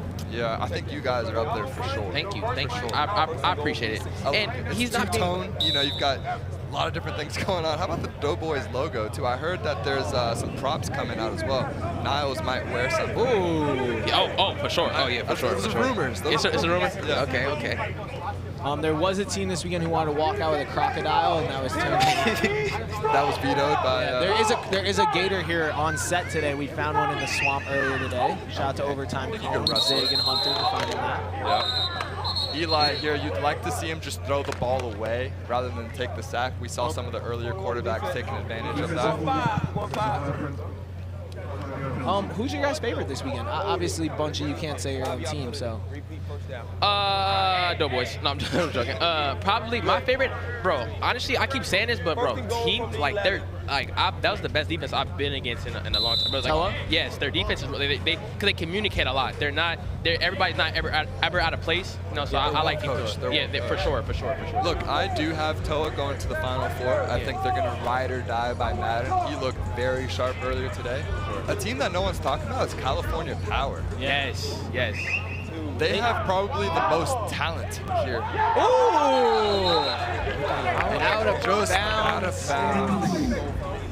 But yeah, California Power, they have the most stars here, and they have great quarterback play, and they have chemistry with his wide receiver, Vance Spafford. They go to the same high school in Mission Viejo, and they know how to complete balls and throw touchdowns, for sure. Yeah, they were disappointing in an earlier OT7 tournament for sure. They came in as a top 10 team on the On3 Power Rankings, now no longer ranked after a weak showing, but I think Coach Porter definitely probably has the guys ready to build on this weekend.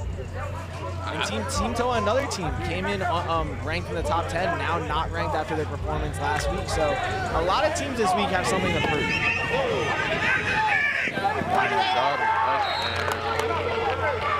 Again. With the flip.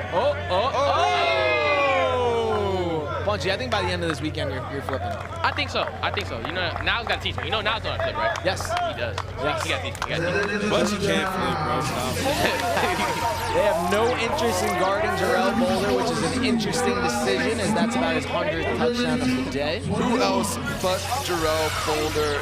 He's got an Ole Miss offer, Duke, UVA. He is the star for this team, and they're just finding these deep end line digs time and time again. Someone's got to double him at some point, right? What was better, the one-handed touchdown catch or the backflip? The one-handed touchdown. I'm going with the catch. I'll go with the catch. That was hard. Low-key, that was the best catch of the day. Second best. Second best. You know, it's okay, Drew. Want to give a big shout out to BTimmy10, who's in the chat being awesome. Kings_production as well, and Brendan Cunningham. Appreciate you guys checking in the game. As Gavin Sidwar basically just throws that one away, and we're gonna have a big 3rd and 10 here The clock is quickly going down, and level 82 is not working. Yeah, depending on how you manage this clock, I think you want this to be the last drive of the game. I'm kind of surprised they didn't go money drive here, though, guys. Me too. Me too. I was thinking about that as well. Maybe they're trying to score and then call it defensive money drive, but we have a flag on the play here. He pressed him off the line. Yeah, Is that what it is? He shouldn't have did that, yeah.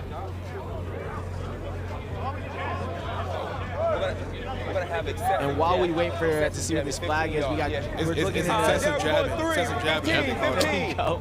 Julian McFadden coming onto the field right now. Number 3 on level 82, a 3-star and a Syracuse commit. He already has 3 touchdowns in this game. Last time he played at OT7, he had 6 touchdowns in a weekend, and he just has great hands, finds a way to get to the end zone. What do you like about his game, though? Yeah, Julian is clearly the future of the Syracuse football offense. They've got Kyle McCord out there throwing. He's going to love Julian as a target. He just has a knack for finding the open windows. And again, this is a pro-style offense, so this is going to translate to the next level, both on Saturdays and Sundays. Julian McFadden, one of the guys that we'll see a lot of great receivers out here today, and I think he'll definitely throw his name in this hat. We're also going to see the number 1 wide receiver in the country later today, Chris Henry Jr., an Ohio State commit. Okay. I feel like they all go to Ohio State. They do all go to Ohio State. Wide receiver, you for sure. And now with under 50 seconds left, we've got 3rd and goal from a 2-yard line for level 82. See what Torrey's got dialed up. What are they running, Snipe? Okay, I can't tell you that. Just know it looked like a good play. Coach know what he's doing right now. It looked like a good play. I think it's going to Julian McFadden. Under 30 seconds left. I think it is. Touchdown. Oh my God! Level 82 punches it in to tie the ball game, and with 25 seconds left, Carolina Stars will come back on the field. Hey, Coach, the people want to know why you didn't choose money drive right there, Coach. Because we playing sorry. Yeah, we playing sorry. That's why we didn't go for it. When they act like they play like how we play, they may be fixing games. Right now, we praying. They ain't interested in being here. Here we go. Hey, Coach Torrey said it. Hey, we playing sorry right now. That's why you ain't go money drive. Well, Coach Torrey does call a defensive money drive here, which we'll see if that ends up mattering at all. But for anyone at home listening for the first time, a defensive money drive means that the offense has to use that gold football. And if the defense gets a stop, they're going to get 4 points. An interception will give them 6, or a pick 10 will give them 10 points. But on the other side, the offense scores here. Oh! And the clock is ticking. 15 seconds. Jarrell Boulder with another insane catch. And if the offense scores here, it'll be worth 10 points and win the game. Jarrell has been balling. Watch, they're going to go back to him here. To the right of Braden Atkinson. He's one-on-one. He's one-on-one. Throw it. A little whip route there, not open. He's got him. But he's wide on the other side. Walk-off touchdown. Braden Atkinson back at the end zone. Wow, KD Smith catches it out wide, and the Carolina Stars in walk-off fashion win 38-28. Let's take a look here. An incredible drive from the Carolina Stars, starting off with a great catch from Jarrell Boulder before that awesome touchdown. We're gonna take a look here at the first play. Great ball, just throw it up to your star. What a catch. Just high points it, down at the 1. No lead is safe for the Carolina Stars, and just when you think they only have 1 target, he finds KJ Bynes in the back of the end zone. An awesome job by Carolina Stars, a huge win. Level 82 and Coach Torrey Smith are going to be back to the drawing board after that one. What a game. Carolina Stars wins 38-28. Bunchie, great job, man. Appreciate you. You did an awesome job. Mo, you were good as well. Appreciate it. We got more OT7 football coming up in just a few minutes. From Overtime Tom, Bunchie Young, and Mo Hassan. We will be back in just a bit. Appreciate you guys watching.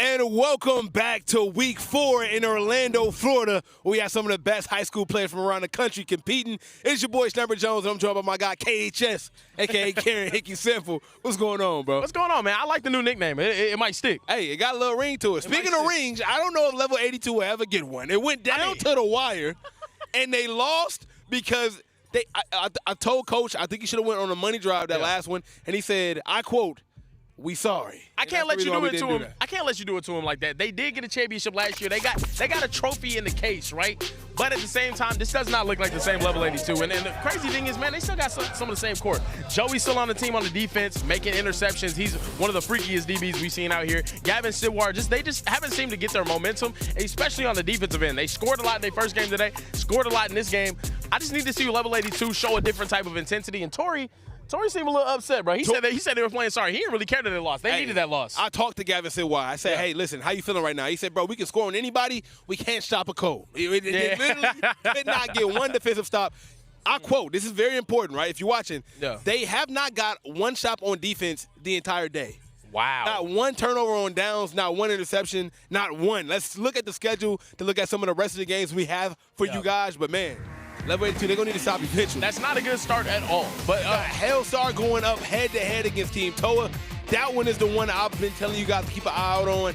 Not to mention, level 82 is going back again against Bunchie Young and the superstar Niles. Yeah, if they can't get a stop in that game, there's serious problems at level 82. Yeah. Not to mention, Huncho is going up against Team Toa. And then at 2 o'clock, Doughboyz going head-to-head against Hellstar. We got an action-packed morning for you guys. So if you enjoy football, you enjoy OT7, don't go anywhere. Because as you can see, we have an amazing lineup. Speaking of lineups, Hellstar, Team Toa.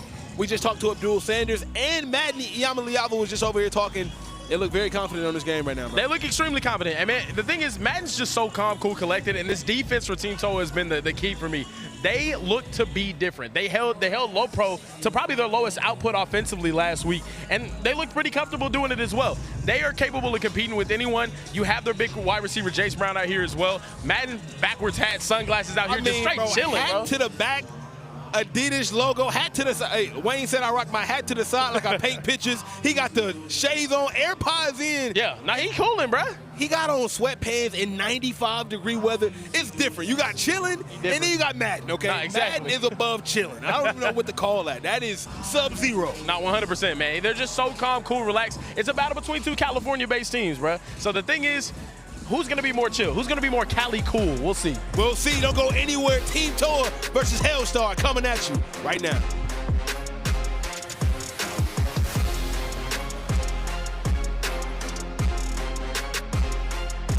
Yo, I pulled over. I saw you called. Yo, we're setting up for OT7. We need all hands on deck. You said what? I said we're setting up for OT7. Hurry up and get here. Rookie mistake.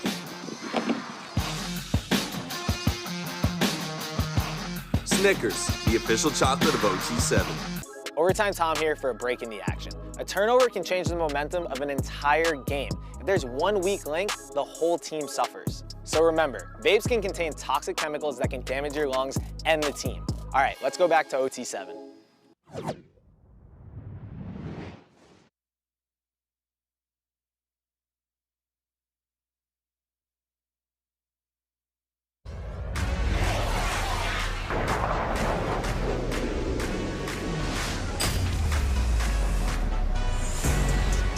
We're going to Disney World! Welcome everyone to another OT7 game. This is a big one between Hellstar and Team Toa in beautiful Orlando, Florida. We've been having games all morning. We got games the rest of the day. Everyone is looking to punch their ticket to the OT7 Championship in Tampa in June. We got backflips, we got touchdowns, we got a lot more. I'm your host, Overtime Tom, joined by Bunchie Young and Adam Brenneman. Bunchie, how we doing, man? I'm doing great, man. You know, I'm just here vibing, chilling.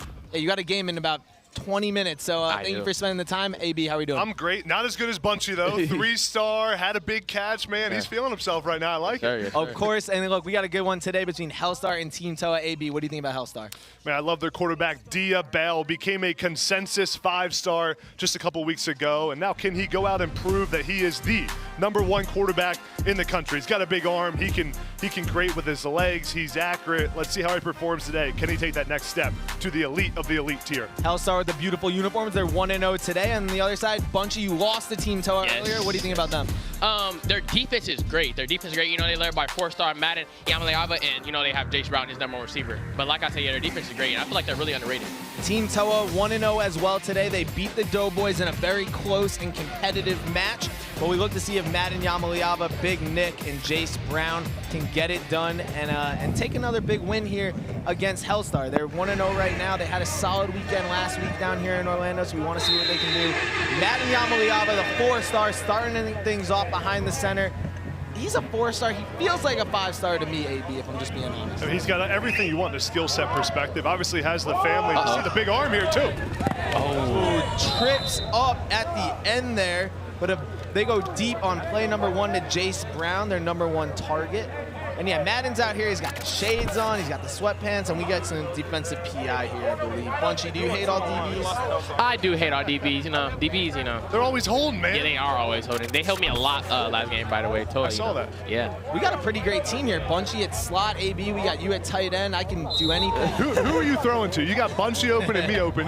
Which one are you picking? Look, man, Bunchie showed off those strong hands earlier today. He had one across the middle. He caught a one-handed touchdown pass. He got held on another.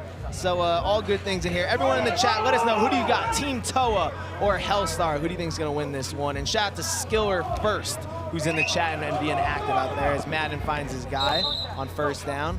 And yeah, we talked about Madden a little bit. Obviously, Bunchie, you went against him earlier today. I know you guys are both offensive players. He's coming out of the state of California. What do you like about his game? I love his game. Actually, he's very calm and poised, just like his brother. So yeah, I think he's great. He's great. He had 473 yards and 13 touchdowns. So yeah, he's really good. Last week. So yeah, he's really good. He's got that combination, Bunchie, of like you said, poise, but also the strong arm, also the athleticism, the maturity. A lot of times guys have strong arms. They're not as poised in the pocket, but he really has it all. Yeah, he kind of has that frame already as Team Toa gets a first down there. It's going to be first and goal from about the 2-yard line here for Toa. But no, Madden, he's been unbelievable. We've actually seen him for 3 years now. He came to OT7 season 1. He was playing center while his brother Nico, who's now at Tennessee, was playing quarterback, and now he's advanced every single year. He knows what he's doing. His dad right there in the huddle, Big Nick calling the plays. They all got shades on. Madden's got a lot of swag, if I'm being honest. He does. Also, people don't talk about how his awareness, like when they rush him, how he's evasive. Yeah. Like he's really good, yeah. We'll see if Team Toa can punch it in here on their first drive. And they get a touchdown there. That is going to be to Dylan Booth, the wide receiver in the class of 2026. And a nice little play working the end zone there, AB. Yeah, they just ran off Jace Brown, the back of the end zone, and had Booth just running the flat. When you have a guy like Jace Brown who takes that much awareness, right, all the DBs flow out, opens up for Booth right there. Nice job by Madden, just taking what's in front of you, right? Don't try to force it. Take the easy throw for a touchdown. And kind of a tough catch there, but held on to it, looking like Bunchie Young in the end zone. Yes, sir. I'm excited to see this Hellstar offense. I'm really excited. And Dia Bell. Dia Bell at quarterback, the 5-star in the long sleeves, even though it's 1,000,000 degrees out, which I love. And he throws it up on the first play, and it gets batted around. Look, these Hellstar jerseys are beautiful, but their numbers are hard to see. We need them on the front and back, man. Yeah. I'm going to ask Coach about those jerseys, man. When he get done drawing up this play, I'm going to be like, yo, what's the no number on the back of the jersey? Bunch, you think he should have came down with this one? I think he should have came down with that. That's a catchable ball right there. That was a great throw, too. He put it right where it needed to be. Really good throw by Dia Bell, rolling out to his left, throwing across his body with the arm strength. You see why he's the 5-star. And you guys heard just now from our guy Sniper Jones, who's down there on the field. Snipe, you rocking Hellstar? Do you have that in your budget? Hey, man, I do own a couple Hellstar items. Big fan, man, big fan. Good catch. Good throw there across the middle to Diabel. So Diabel, their quarterback, obviously, when they came week 1, they had him. They also had Texas commit KJ Lacey. Now this weekend they have Dia at the helm, and you see his ratings here. What do you think about those, AB? Are those fair? I think they're very accurate. I mean, the arm strength, the accuracy, the combination of it all. He also has a really quick release, gets the ball out quickly, which is so important at the college level with the rush coming at you. When you see an open receiver, you got to be able to release it in a split second. He has that strong arm combined with the quick release. Bunchie, I haven't seen your overall yet. Do you know what you are? 90. You like 90 overall? I think so. I think you got to be at least a 90. For sure. I feel like I'm a 90. What do you think your overall is? At what, football? Yeah, 45. I would say I'm 1 below Niles Newman. Whatever Niles is, I'm 1 below him. Niles is at 99, bro. Exactly. So, what you got? You're not at 98.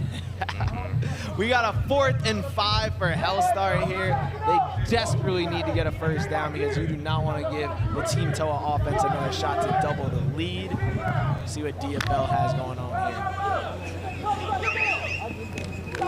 Ooh. He completes it, but is he short? And they are going to call him short of the first down marker. That's going to be a turnover on downs. What do you think? It's a mistake by wide receiver Jalen Moore. Jalen Moore has to know it's 4th down. Awareness in football. Know where the sticks are. You have to get the 5 yards. You can't come back towards the quarterback knowing it's 4th down on a short route like that, Bunchie. As a receiver, you got to know where the sticks are. For sure. That was really key. If he gets to the sticks, they would be still driving out the field right now. So. And I got quite the squad with me in the booth right now. Bunchie Young, the 3-star. We got Adam Brenneman, who was a 5-star tight end back in his day. And we have a wide open touchdown from Madden Yama Liava to Marcus Keir, his man. And the flips into the real cost foam pit. I don't understand why was he so wide open. Me either. So easy. Marcus Keir has some unique speed now. He's a blazer, track guy. Watch him run right past the defense here. Just a busted coverage. The safety jumps the inside route. Marcus Keir, no offers yet, not rated, 6'2", 180. I think that may change, man. Everything you want in a receiver, big, long, can run. He's a baller for sure, bro. I mean, Hellstar, what are you doing? I don't know. And they're down 14-0. They gotta snap out of it. What I was saying earlier, there's a flag now. Is that for the celebration? It's got to be for the celebration. A little taunting, which, we don't encourage, but we also don't discourage. Wait, we're giving flag for celebration now? I think it was over the line. Okay. Yeah. Okay. Yeah. All right. So anyways, what I was saying is you guys are so great. So if anyone has any football questions for our guys in the booth, please leave them in the chat. And a big shout out to PZT33D, Michael Braithwaite, Iker Productions, and Roe, saying Hellstar is cheeks. Those are the comments. That's what I got for you. That's all I got for you. Let's see Diabel. Oh, right there. A nice completion there. That'll be enough for a first down for Hellstar. And let's check in with our guy, Sniper Jones. Yo, what's good, y'all? Hey, listen, man. I got the one and only Madden with me. You look super comfortable out there today. Shades on. I seen you with the Adidas hat to the side. Why you so comfortable today? What's going on? Man, it's just that swag I got. That Cali ball, you feel me? But not too much. Came out here last week. Fell short of the ship. Lost to a good team, low pro.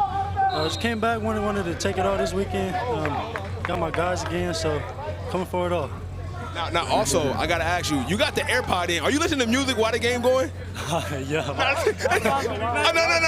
ain't mean to tell, bro. All right, just let people know. What you listen to? What get you in game mode? I'm listening to some Daniel Caesar, some Brent. Some smooth. That's why you so smooth out there. See, that's why you out there licking his lips, throwing the ball in slow-mo. I get what's going on. Oh, it's fun. Licking the lips. Yeah, it's out of pocket. Hey, who's winning the beef right now, Kendrick or Drake? Oh, I think I'm not really into that drama stuff. Okay. Cool. That's a smart move. I'm gonna let you get back. I'm gonna let you get with your team, bro. Sir. Hey, the Daniel Caesar, that's elite, fellas. I ain't gonna lie. Madden Yama Liava and Sniper Jones, the dynamic duo. Madden might be the most chill quarterback in the world. I mean, having an AirPod in when you're playing, that's next level now. I didn't mean to get him in trouble either. He said his pops don't know. Hopefully he ain't gotta do no bear cross for that, man. What's up, brother? That is kind of crazy. As a quarterback with an AirPod in and throwing dots, that is fire. And look at him vibing. Bunchie, what's your favorite music? My favorite music, I like rap. Don't ask him that, I like rap. NBA Youngboy, greatest rapper of all time. NBA Youngboy. Drake and Youngboy, you know. Who you think Drake? You got Drake over Kendrick? Right? Okay, so look, this is what I'm gonna say. Kendrick's diss is way better, and I actually will listen to his diss, but Drake, I feel like is my favorite rapper, like one of my favorite rappers of all time. So I'm a bias, so you know. Better. Everyone in the chat, let us know who is winning the beef between Drake and Kendrick. Game Day with G asked, what team is Bunchie Young on? He's playing with Doughboyz this weekend and dominating. Had a one-handed touchdown earlier today and a nice grab in addition to that as well. AB, what do you think about Bunchie's game, man? I love it. I mean, I love what I saw. He's quick, elusive, good hands, can catch the ball in traffic like we saw. Yes, sir. Yes, on the bobble, that's big time, man. And here we see if Hellstar and Diabel can punch one in. They've been struggling on offense, and they continue to struggle. And that'll be 4th and goal. Almost picked off there from Team Toa. And this is desperation time for Hellstar, it feels like. You should have picked this, Bunchie? Yes, for sure that should have been me. Like I've been telling y'all all day, that defense they have is super.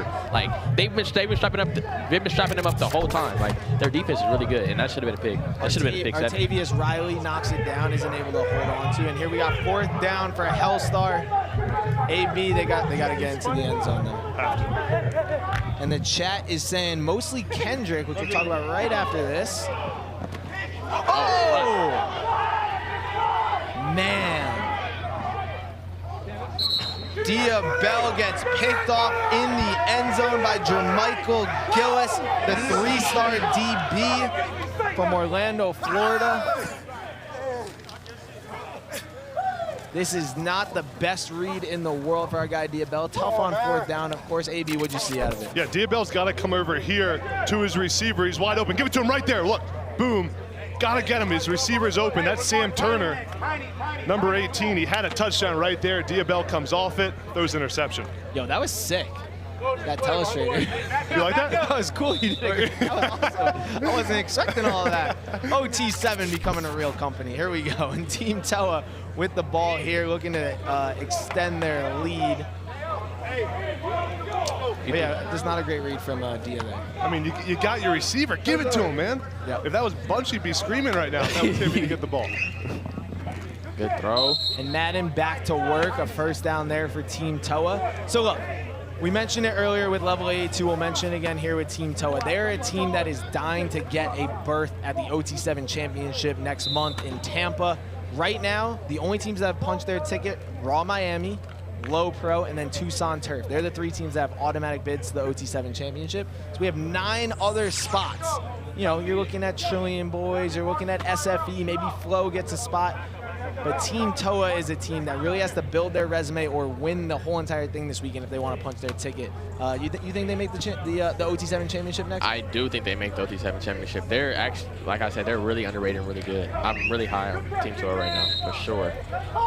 And a nice ball there from Madden to Jace Brown. The first time we're really talking about Jace there, who's his #1 target. They haven't needed him so far in this game. Jace Brown! You guys don't know, actually, that was my teammate. Yeah, like 2 years ago. So, yeah. Jace? Yeah, he was. What do you think? What do you know about his game?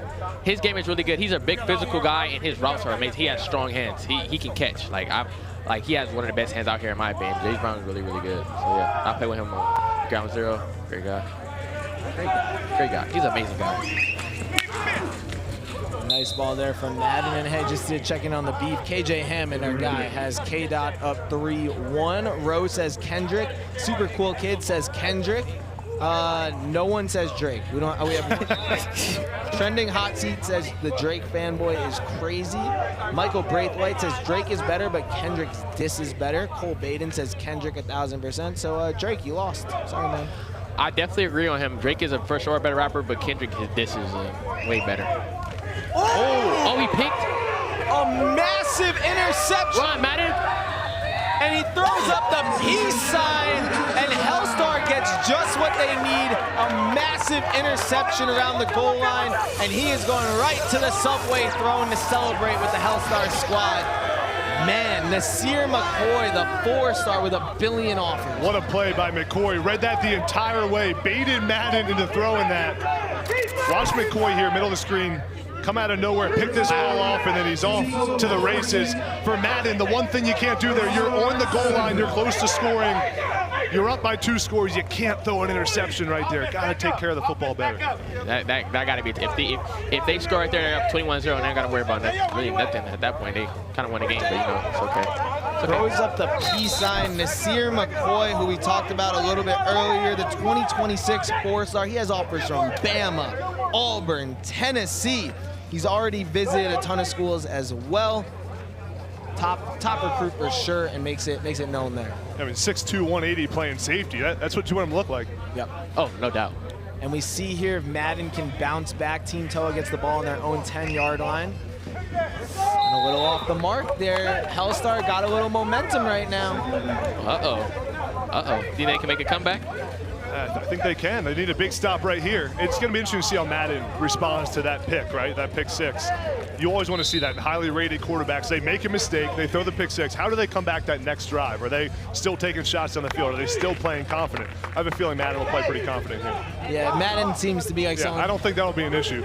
He probably has already forgotten that any of that even happened. Our guy Mo Hassan is behind me eating a PB&J and just made me extremely hungry. Bunchie, what's your pregame meal? I had Rice Krispie treats, 2 Rice Krispie treats, to get me started for my day. I am very hungry. Before a bigger, like a high school game, are you a certain thing? Before a high school game, I like maybe like McDonald's, a little bit of fries, a little bit of burger. Yeah, McDonald's. McDonald's. McDonald's before a game? Yeah, but that's like 2 hours before a game. Then I gotta go take my pregame, deuce pregame number 2.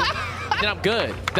After that, I'm fine. You're ripping a Big Mac before the game? Yeah, for sure. After that is wild. Yeah, after my deuce, I'm good. Stomach is amazing. Bunchie Young, you heard it here first. The 3-star ripped some McDonald's and probably a Snickers and Gatorade before the game. And a little bit of Subway. It's Subway too.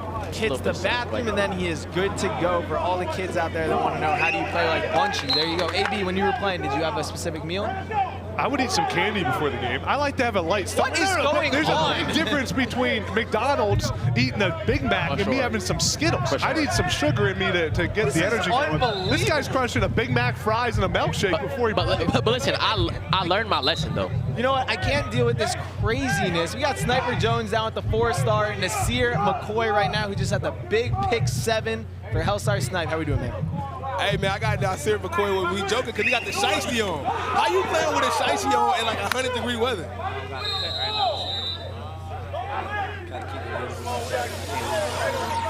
That might be the best pick 6 of the week. You threw up the deuces sign as you ran past man. What was going on right there? He wasn't catching me, He wasn't catching me. He was too slow, so I'm running past him, and I see him. I'm fading past him. He's totally killed me. Back to y'all the booth, man. And Nasir McCoy with a great interview, but he was not on the field, and Team Toa goes right down and scores again. That time number 4, Christian Davis, and Madden gets right back to work. But I think we needed Nasir on the field. He's a 4-star safety, and it was their biggest defensive stance of the weekend. Yeah, I don't know why he's not on the field. It's okay though. He probably didn't have his McDonald's or something. Yeah, nah.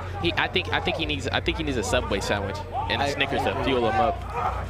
I agree with that for sure. The honey mustard one. Kuma wants to know, Bunchie, what grade are you in? I'm a 10th grader, bro. Class of 26. Yeah, I'll be a junior coming up. And here we have a money drive, by the way, from Hellstar. For anyone at home watching for the first time, the money drive. They bring in the gold football, which is going to give Hellstar the opportunity here to score a touchdown that will be worth 10 points instead of your normal 7. But they're risking a little bit as well. If the defense gets a stop, they'll get 4 points. If the defense gets an interception, they'll get 6 points. And if the defense gets a pick 10, meaning they return it to the end zone, they'll get 10 points. So Hellstar kind of going for it all here. They also have a new quarterback in right now as well. Our guy Deshaun Laporte, who we've seen play before, who has always provided a spark for Hellstar as well. For sure. Deshaun Laporte is a guy that can play both ways. Plays some safety as well. Great athlete, get him on the move. You saw him roll him out there. Well, pump fake. Flag. We got a lot of guys down in the end zone, but Hellstar realizing they got to hurry up here. Only 2 minutes left in the game. So they desperately need to hurry up and try to get this 10 points real quick. Hellstar 1-0 on the day. They did beat the Carolina Stars earlier, 32-14. And Team Toa 1-0 as well. I think Hellstar, I feel like they were kind of what flow of last week. If they get the chemistry together and they get locked in, I feel like they could make a long run. There you go. There you go, a 10-point touchdown for Hellstar, which will bring the game to 21-17, but with a minute 20 left, it might be a tough one. But what do you like about Deshaun Laporte there driving right down the field, AB? It's a good throw there on the touchdown by Laporte, right to his receiver, Parham, on the out route, taking it right in front of him. Put a little drive together, maybe a little bit too little, too late. But watch Laporte here, reset his feet, deliver a strike, right to the goal line. Nice job. That was a great throw. And Hellstar now down 21-17 at the 1 minute mark, so the clock will stop on incompletions, but as long as Team Toa can get a couple passes here, they should be able to wind down the clock. And Bunchie, you got a game in a minute. I do. I have a game literally in 1 minute. So where are you guys playing? We are playing level 82. So it'll be Doughboyz versus level 82. Bunchie Young and Niles Newman will be facing off against NFL coach Torrey Smith. Ex-NFL player, not an NFL coach. Yeah. He probably could play. We got a flag here. Madden with a big old smile as he realizes he's on his way to another victory. You just got to take care of the ball and everything should be all right. And now we've seen a lot of top quarterbacks, right? We've seen Micah Eugenio. Last week we saw Bryce Underwood, #1 quarterback in the country. We saw a lot of guys over the past few weeks. Do you think Madden is in that top of the group? Oh, no doubt, no doubt. His poise is unmatched for sure. No doubt. He's a really good quarterback. I feel like he might even be top 3. Yep. Yeah, I mean, Micah Eugenio is always going to be at the top here. They stay in bounds and get the clock run here. I mean, Micah Eugenio as the defending champ and he's won 30 out of 31 games. I believe he's going to be at #1. But then Bryce Underwood, #1 quarterback in the country. We had Tavian St. Clair last week, who's committed to Ohio State, but Madden's right up there. Yeah, the thing to watch with Madden, too, is just how smooth his release is. Like, watch how easily the ball flies out of his hand. Even when he's throwing the ball down the field on 25-yard crossing routes where there needs to be some velocity, it just zips right out, and it's an effortless throw. That's what you want to see from 4-star, 5-star quarterbacks. Oh, no doubt. And Team Toa, unless something insane happens here, will move to 2-0, and they will continue to build their resume. He's going for it all. Team Toa will continue to build their resume as they try to make their case to make the OT7 championship next month in June, so they could challenge Low Pro and Raw Miami. Team Toa last week here, they lost to Low Pro in the playoffs, only 21-14, so they went head-to-head with the best team in the country and weren't able to get it done, but it shows they can really beat anyone. Yeah, and they have a great receiver, too, that we haven't even talked about much, Jace Brown, #2. I mean, the guy's 6'5", 210 pounds. Yep. An absolute freak out there. And I have a feeling that Team Toa does make the OT7 championship. Being based in California, I think they'll be able to maybe pull a couple other guys with them for that event. They'll be recruiting. Bring a few receivers out that we haven't seen yet. I would just take a knee if I'm him. I don't know why he's just trying to throw the ball, but okay. Madden just trying to get his numbers up here. Just take a knee. It's 4th down, but this will be the last play unless the craziest thing that I've ever seen before happens. He's trying to pat the stat. Yeah, just take a knee, guys. And again, we got Bunchie Young and Doughboyz coming up right after this. Make sure you don't go anywhere. We got games all day at OT7. Team Toa looking to go 2-0 here. Bunchie, you gonna get a win next game? That's the plan. That's the plan. But you know, our motto is we let the other team win. You know, that's our them motto. win? Yeah, That's what's happening? That's our motto. Yeah. I'd like to see you get another touchdown. And an illegal blitz here from Hellstar as Madden is laughing and throws a strike to Jace Brown. I don't know if that's going to count. I don't know what happened there. But Bunchie, you get out of here right now. Go to your game. Good luck. Have fun.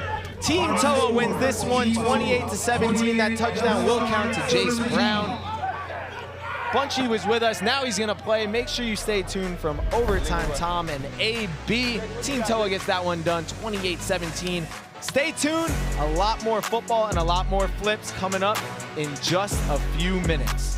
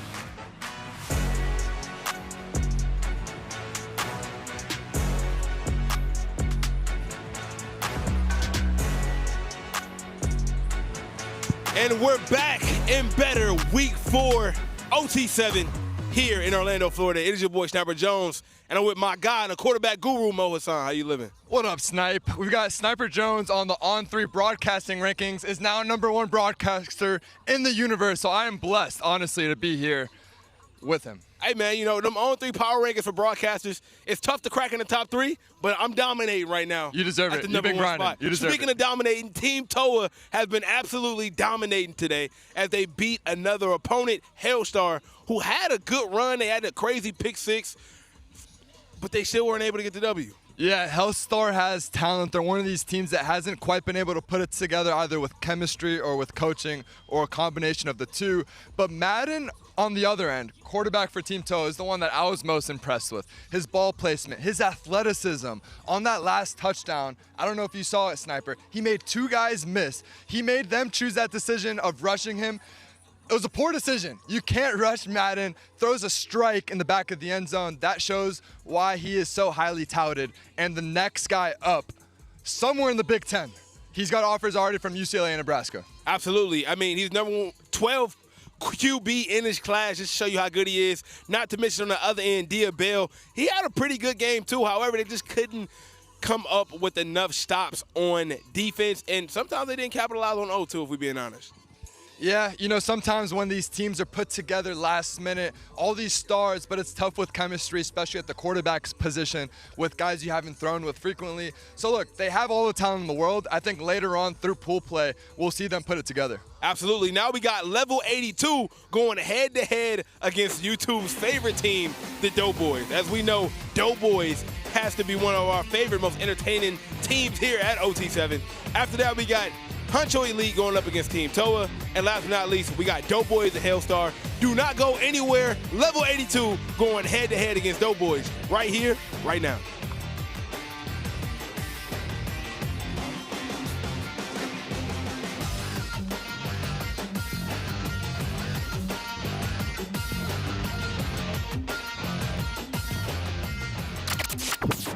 What are you wearing, man? You look ridiculous. It's OT7. You didn't bring any gear? No, I'm on the card. No, we were supposed to.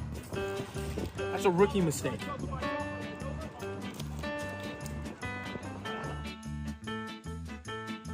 Looking good, Kieran.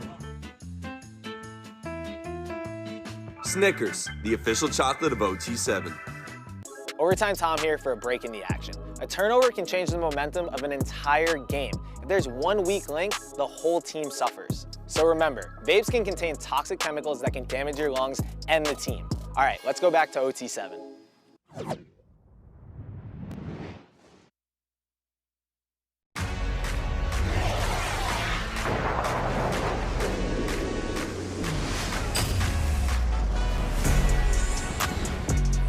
Hello and welcome to beautiful Orlando, Florida, the home of Disney World. I was there last night having fun, eating churros. It was a great time. We got a great OT7 game right now between Level 82 and Doughboyz, led by Bunchie Young, Niles Newman. The Doughboyz are trying to get their first win of the OT7 season. And I am your host, Overtime Tom. I am joined by the best in the business, the tight end king himself, Adam Brenneman. We're going to watch these two teams check it all out and try to get punch their ticket to the OT7 championship. AB, how we doing? Good, man. Anytime we get football in May, it's good, man. I'm fired up. Let's go. And anytime we can see these two teams as well, it is a good time. Level 82, who lost a tough game earlier today. What do you think about them? Yeah, I love Level 82's talent across the board. Their quarterback, Gavin Sidwar, is able to throw the ball all over the field, and he has some playmakers to throw it to. Julian McFadden, tight end Damon Hall. Those guys are special. I expect some big things out of this offense. They're playing the Doughboyz. Everyone loves the Doughboyz, but it's not always an easy task to play. And their defense has made some plays. We saw them a couple games ago. Step up pretty well. We got Doughboyz has Bunchie Young, who had a big touchdown. Excited to see what Joey Gaston, their quarterback, can do with the receiver Bunchie Young, the new 3-star, making some plays for him. Yes, the Doughboyz, they lost earlier, but they look better. Everyone in the chat, I want to know, who do you think is winning this one, Doughboyz or Level 82? Doughboyz, they obviously got Bunchie Young, who had a great play earlier. Their quarterback, Joey Gaston, is the younger brother of Ice Spice, so we know he's got talent. They got Niles Newman, who's going to be out in the slot, and at running back as well. And the Doughboyz will kick things off here, and if they can score on the first drive, I am calling the upset. and that's going to start with a almost insane interception from number 6, Joey O'Brien from level 82, who I've personally seen make about 1,000 interceptions in his OT7 career. He's a big-time player, man. He wants to come down. Anytime you get your hands on the ball, you want to come down with it. And Joey Gaston, I think the ref gave him a few extra seconds there to get rid of it, and Joey almost hung on. But hey, we talked about Bunchie Young a lot, who was here earlier today. We see him at receiver right now. What do you think about Bunchie's game? We finally got to see him in action. Man, he's got everything you want in a real slot receiver. Good hands, which is most important. And then he's quick and elusive, understands defenses. I like what we see out of him, and Joey Gaston needs to look for him early and often because he's the best player on this Doughboyz team. For sure, the new 3-star. He woke up yesterday morning and realized he was now a 3-star on 247 Sports, so shout out to Bunchie on the big 3-star. He also announced the last 2 games with me and last one with you, so he really does it all. Really, he was in the booth like 2 minutes ago. Yeah. Now he's out here running go routes down the sideline. A man of many talents indeed. The Doughboyz with a completion here. And we got a 3rd and 10 coming up here. You see Bunchie Young. He has played at OT7 before. He played with EPS Blaze in week 1, but he's switching teams now and playing with the Doughboyz, which I like the move. Yeah, the goal for the Doughboyz here, anytime you're an underdog in the game, which I think we can agree the Doughboyz are, you want to get to the last few minutes with a 1-score game. Because then anything can happen, right? You don't need to try to do too much. What's about to happen right now? I don't know. Joey's calling it, but it's a trick play. Lateral, they're trying to get it first. But Joey's so fast, he might score. We got a trick play here, fellas. A trick play here. And he does find Bunchie Young in the middle, and Joey was looking for the pitch.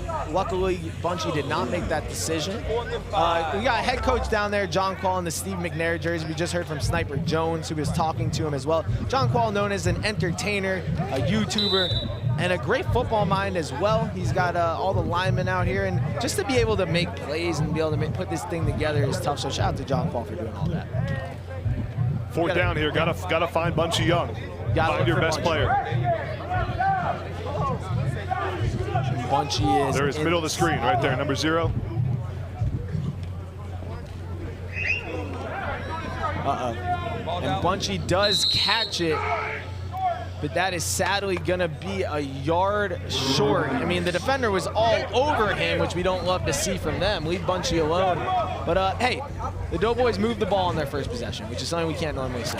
Yeah, I mean, Joey Gaston got it out quickly, finds his receiver here, Bunchie, but as we talked about last game with Bunchie in the booth, you gotta get to the marker. I don't know what he's doing. You gotta get to the 1st down marker. He's about a yard short. Becomes a turnover on downs. Now Gavin Sidwar has a chance to make some plays. They're actually going to be starting Xavier Stern here at quarterback, the backup QB. Coach Torrey Smith was not pumped about how level 82 played last game. They lost to the Carolina Stars 38-28. So I don't know if that has anything to do with the QB change here, but Gavin did take every snap in last game. Yeah, sometimes when you need to get some momentum for your team, you switch quarterbacks just to light some fire, get some juice for your team. Xavier Stern, everything you want in a pro-style quarterback. I mean, 6'5", he's big, he's long, has a strong arm from Pennsylvania, one of the best high school football states in the country. Yep. Do you agree with that? Whatever you say goes up here, AB. I'm not going to fight you. And I talked to Coach. He just said if anybody from the Doughboyz strapped them up, they immediately get subbed out of the game. Okay, so we should do that. Snipe, I think you should do that. Sub the players out the game? Yeah. I'm the shortest person on the field right now. That's including both benches. So I think I'm a buy out of that one and just, just let Coach do that.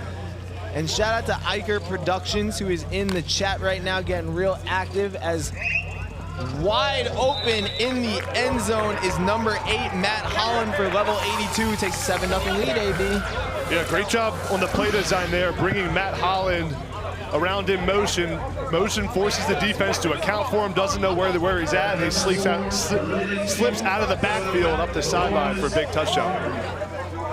Xavier Stern gets them marching right down the field. Here's Matt Holland. He's going to come out here. They're going to come in here and bring the defense with them.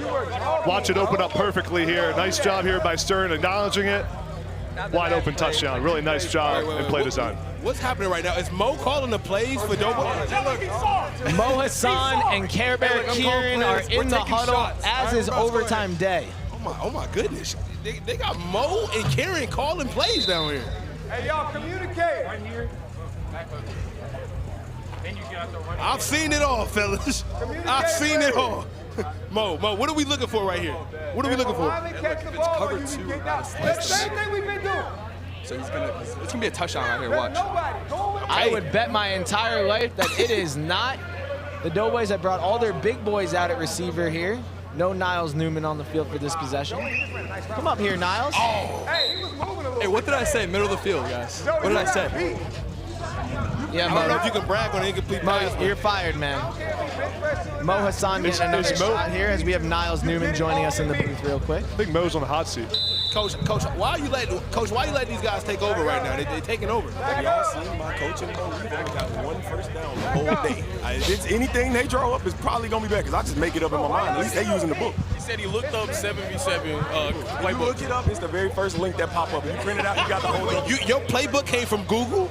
I'm so serious. Everybody watching right now, look up 7v7 playbook. That first link that come up, that's my exact thing. All right, okay. Did you really just give up his fellas, playbook? back to you. Hey guys, we got Niles Newman joining us in the booth. Niles, what do you think about all the coaches on the field right now? It's actually kind of weird. I guess John Quall hired these coaches last minute. Oh my God! Oh. That should have been a pick, I ain't gonna lie. Almost an amazing catch, and now, Niles, you're not out on the field right now. What's up with that? Well, 0.5 took my spot for we rotate, so it's yeah. So I'm up here with you guys. Okay, and what do you think is on the menu for lunch today? Subway. Subway, of course. Fresh? Yep. We're always gonna eat Subway. And Niles, for the people at home, what class are you in? I'm on class of 2030. 2030, and you're a basketball player as well as a football player. Which sport do you like more? Basketball. But OT7 is lit. And you've been, thank you for that. That's a false start. Oh, man. Come on. These refs have no idea what they're doing, right, Niles? Ref, get some glasses. Third down. Hey, guys, I got to be honest. This is some of the worst coaching I've seen in all of my days. This is really bad. Are Kieran and Mo fired? Have you fired him yet, Sniper? Mo is in here, got more sweat on his head than I ever seen. Now he sees it's not easy coaching the Doughboyz. We're third and 20. With sweat and struggling. Put the camera on Mo right now. See, look at him. He's sweating. He looks frantic. He looks frantic, man. For the first time all day, we have a team inside their 10-yard line. Oh my gosh, go ball, go ball. Run. Wait, it just took off. Joey Gaston takes off. I just dialed up a touchdown and Bunchie, and he didn't go. He was wide open. Hey, we're out here cooking. Joey, do it again. Dave's got the chef hat. He's cooking. We're trying to do it again, Joey. Taking the ball. And Niles, if you were coaching here, what do you think you'd do here on 4th and 25? What's the move? I would throw me a deep ball. Oh, you would throw it to yourself? Yeah. Why don't you play quarterback ever? Joey's kind of Yeah, Coach Quall, he doesn't really believe in me in quarterback. I've been begging him, but it's And Iker Productions in the chat says Niles is him. Kasai Hoopman says Niles is him. Am I the only one that hears a heartbeat? No, we all hear the heartbeat. Okay. Yeah, there's a heartbeat now. On 4th and 25 at OT7, there will be a light heartbeat going on now. No, that is not light. Oh my gosh! Post! No! Oh my gosh. I gotta go. And Joey Gaston throws it. No, Niles, good luck, man. See you, Niles. I'm gonna get a catch this play or whatever. Yeah. Okay. Niles Newman, everyone. The class of 2030 slot and point guard. He's a great football player, but he's honestly a better guy. I mean, we can see that the offense struggles when he's not out there. And when Mo Hassan takes over play call. When Mo Hassan's calling plays without Niles, it's not a great-looking offense. Hey, Mo, I think Mo can hear me. Mo, what happened, man? Hey, we got 0 yards on that drive. No, you got -5. You got -5. We got -5 yards, actually. Oh, man. You guys suck. Julian McFadden with his 100th touchdown of the day, I believe. And the Doughboyz had too many guys on the field. So I believe that'll be a touchdown. And it will indeed. Level 82 scores again. They got to figure out this coaching situation.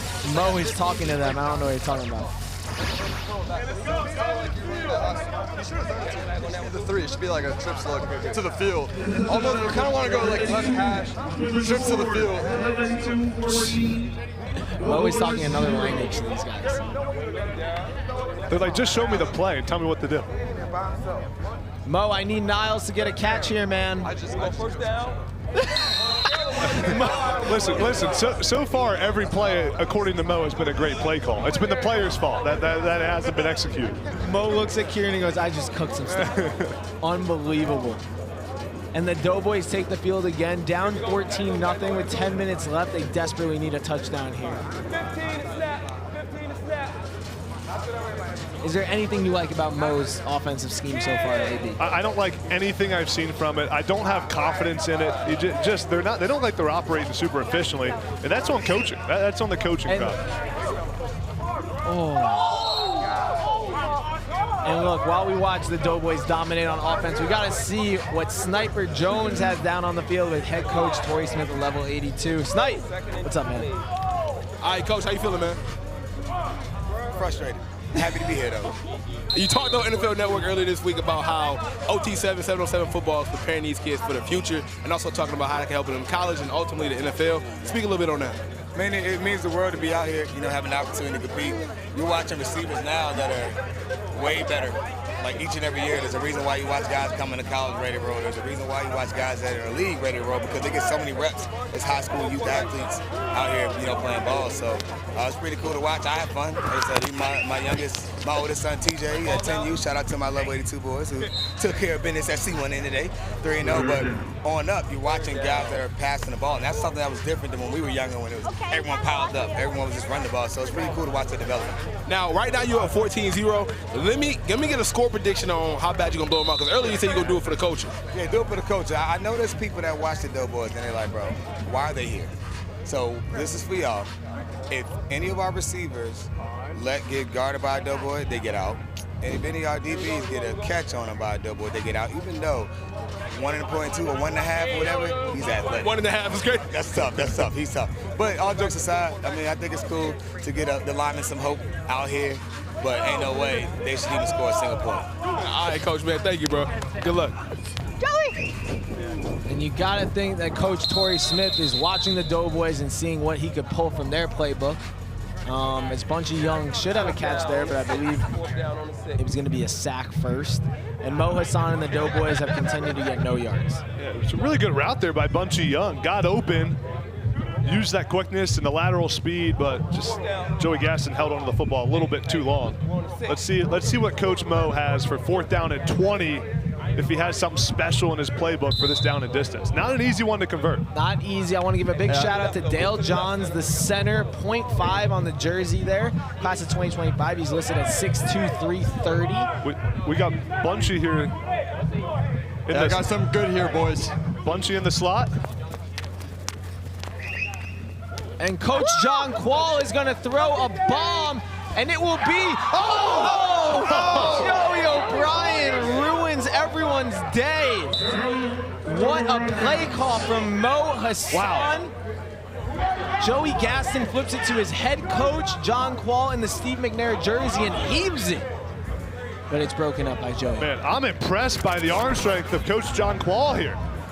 Watch Coach as soon as he gets this, sets his feet, the lefty throwing it all the way down the field, 40 yards. And this was almost caught if the receiver would come to the ball. I mean, Coach also was coming out cold there. No warm up for Coach. I hope he didn't tear his shoulder throwing that thing. No warm up at all. This is gonna be a money drive. I'm unsure if level 82 or Doughboys called it. If I had to guess, I'm gonna say Doughboys.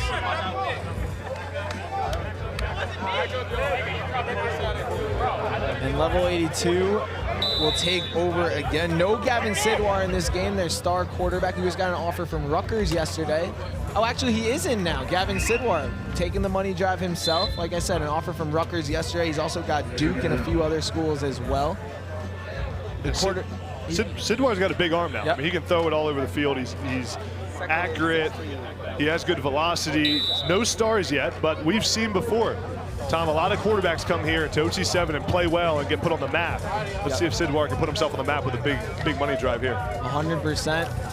Last year, Gavin Sidwar was the quarterback for level 82 as they won one of their weeks and punched their ticket to an OT7 championship last year when they played at home in Baltimore. We'll see if they can do it again. And yeah, Gavin Sidwar, you see his player ratings here, an 80 overall, really known for his accuracy. Here we go. I'm going to say it here. Whoever did these ratings, a little lower than I was expecting. Here we go. What'd you think? Look, he won it. He won one of our weeks last year when they played in Baltimore. He had a big weekend. He was solid at the OT7 championship. You know, just like the rest of us, staying underrated, staying under the radar here. You'd rather be underrated than overrated. I agree with that. I agree with that. No, I'd like to see him closer to an 84 if I had to say. Yeah, I think the ranking that was underrated there was probably awareness. That's I think Sidwar's best trait is just knowing where the defense is. We saw the slant route right there. That was an easy pitch and catch, and you make that completion by knowing what defense and what coverage you're getting. Yes, but on the flip side, they did struggle a bit a couple weeks ago at OT7. God, did you not so see I understand it a little bit. He's gonna have to play up a little bit.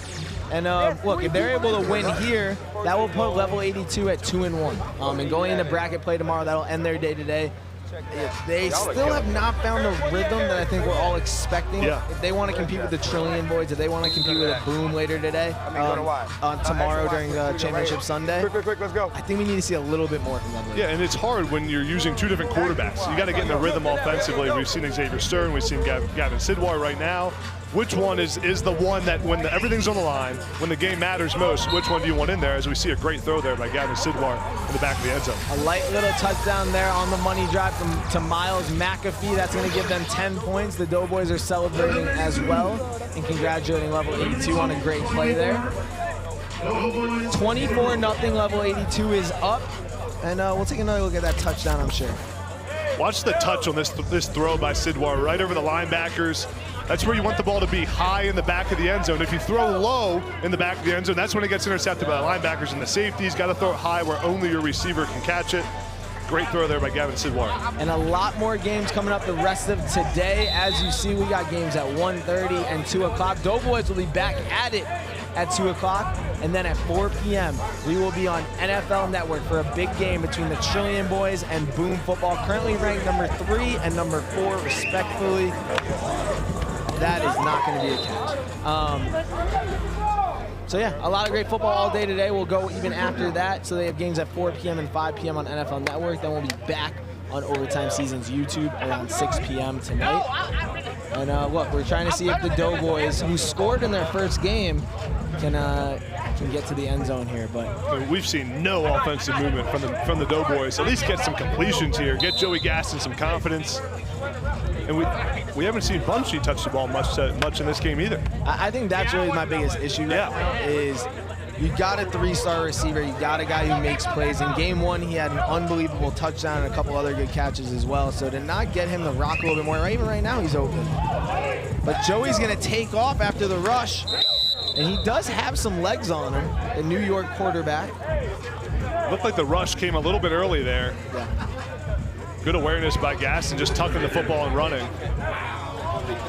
Joey Gaston, the younger brother of Ice Spice. I'd like to know in the chat, what's your favorite Ice Spice song? Skiller First asks, what's a money drive? So a money drive, each team gets 1 money drive per game. When it's a money drive, the gold football is going to come out, and the offense is going to have an opportunity. If they score a touchdown on that drive, it'll be worth 10 points. But if the defense gets a stop, the defense will be rewarded 4 points. If they get an interception, they'll get 6 points. And if the defense has an interception that they return for a touchdown, the defense will get 10 points. So it's kind of a risk that every team takes once a game. But here we see Joey Gaston almost get hit. Coach got him too. Paul get decked. And again, I think level 82 is going to have an illegal rush. But we do have an interception there. Just think they don't know the rules, it seems like. Hey, look at procedure on the defense. Yeah, defense rush early again. 2 times in a row now. For level 82 and Coach Smith, you want to see your team still have some composure and awareness even when you're up by 24 points. Don't want to see 2 penalties in a row. Because there are going to be competitive games now down the stretch, especially tomorrow. And we're going to have 3rd and 3 here for the Doughboys, who are looking to get they've had a great drive here. Let's get Bunchie the ball right here, man. Hey, Bunchie right on the go route down the sideline. Let's get it to him. One-on-one coverage down there. Oh! Niles Newman is in the end zone, scores it. And they're going to the foam pit. 哦 everyone was looking at Bunchie, and Niles came out of nowhere. I'm not sure where he was lined up, Tom. Niles legitimately comes out of nowhere. He has a secret power, a superpower indeed, an invisibility cloak, may I say. And Niles Newman, the class of 2030 wide receiver, punches it in. Niles is hiding, comes on the field, is chilling in the end zone, and that is a genius play call and a genius move by the 2030 prospect, who then hits a little dance, gets the Doughboyz to the end zone, and Niles Newman is on the scoreboard. In my opinion, that is a 24-7 game. I know you see something different on the scoreboard there. It's a great play design. I mean, just schemed it up perfectly, faked the defense out. Niles did a good job being patient, not coming out to the last minute. I love that kind of play. I think we'll see that used in the NFL a bunch too. Niles is running to the other side of the field. I have no idea where he's going, potentially trying to avoid the cops or something. Niles is in the podcast station. That's a win for level 82, and that's a big loss for the Doughboyz. Mo Hassan couldn't get it done, but Bunchie Young and Niles put on a show as always. 24-0 is your score from Overtime Tom and Adam Brenneman. We got a lot of football coming up the rest of the day. Make sure you stay with us. We'll see you in a little bit.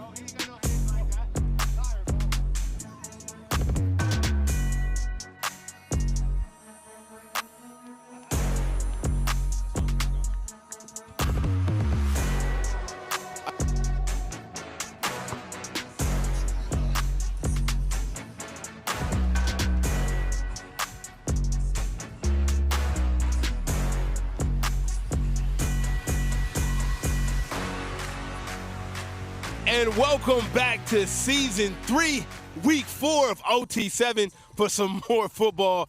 Was that not one of the craziest games that we've called and seen, bro? We had the whole broadcast booth trying to come up with plays for Doughboyz, and they still got beat viciously. My biggest takeaway, I don't love the coaching job we saw out of Kieran and Mel. I mean, it was chaos out there. Coaches have to be under control. They gotta give some sense of confidence to their players. I didn't see that out of our. We got to talk to our coaches. And what we saw on one-on-ones yesterday doesn't surprise me. A terrible job by even a better team. Yeah. Terrible job. I blame the coaches for that loss. No 100%. doubt. No doubt. Doughboyz win that game with regular coaching. I talked to Tori. Tori told me if they scored, the team will pay. They put up 7. That's all I'm saying. Doughboyz put up 7. I don't think Tori was too happy with that, but we did see a complete domination by level 82. Yeah, hey, how about that touchdown by Niles Newman, too? Back of the end zone. I mean, you got to love that kind of play. But, yeah, level 82 has a ton of talent. We talked about it. The NFL experience, having a coach who was an NFL guy to coach the receivers and coach the quarterbacks. Now can level 82 figure out who their quarterback's going to be in the future. We saw Xavier Stern, who looked really good, 6'5" QB, and then Gavin Sidwar. Which one's going to lead them to the promised land on Sunday when it really matters? Absolutely. Don't go anywhere. Team Huncho is going up head-to-head against Team Toa. You're definitely going to want to watch that one. Till next time, more OT7 football coming up right now.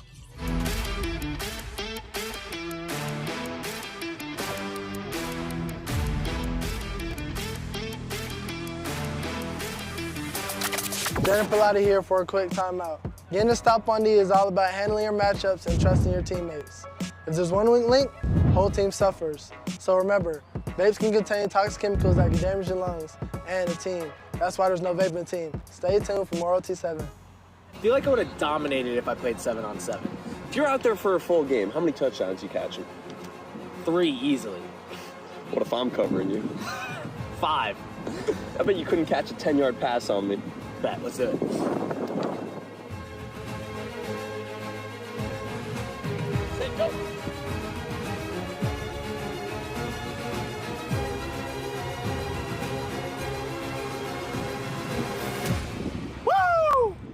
Snickers, the official chocolate of OT7. Rookie mistake day.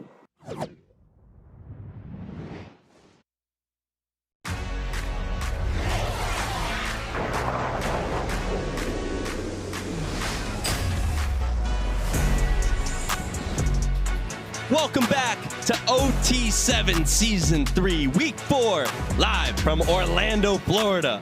We have the best high school players in the country here trying to put their name on the map and compete for an OT7 championship. We have Huncho Elite out of Georgia, Team TOA, and 4-star Madden Iyamaleava for Team TOA, the 2-0 Team TOA, and I couldn't be more excited to call this one for pool play. I'm Alex Day, that's Kieran Hickey Simple, that's Mo Hassan. How are we doing, fellas? Man, I am so excited to be watching more football here in beautiful sunny Florida. We've already had insane games today. I can't wait for some more. Guys, it's been nuts. We've been calling plays on the field and directly from the field up to the booth. Can't wait to watch what's next. Mo, you are a terrible offensive coordinator, by the way. Look, man, I gave him his suggestions. He didn't want to take them. I'm just saying. He will not be getting rehired as the Doughboyz OC. That's all I'm going to say. But one team that does not need help on offense is Team TOA. That's for sure. 100%. With quarterback Madden Iyamaleava, this team is a favorite this weekend to win this championship, and they're favorited by me to win this championship as well. And it's not only just what Madden has been capable of doing. You see the offers right there. Arizona, Nebraska, UCLA. Nebraska, UCLA, probably one of those schools going to get his services and be very good. He is dynamic, but their defense has stepped up this weekend as well. And on the other side, another phenomenal quarterback. Yeah, Huncho Elite is better than their record shows. They have stars all over the field, led by quarterback Antoine Hill Jr. He's a 4-star in the class of 2025. He's got a UGA offer, and he's going to his big target, Xavier Tiller, also a 4-star in 2026. Potentially a future matchup for the Dogs out in Athens, Georgia. Yeah. Team TOA and Madden will start with the ball. You see beautiful Orlando, Florida. It is steamy out here, 90 degrees.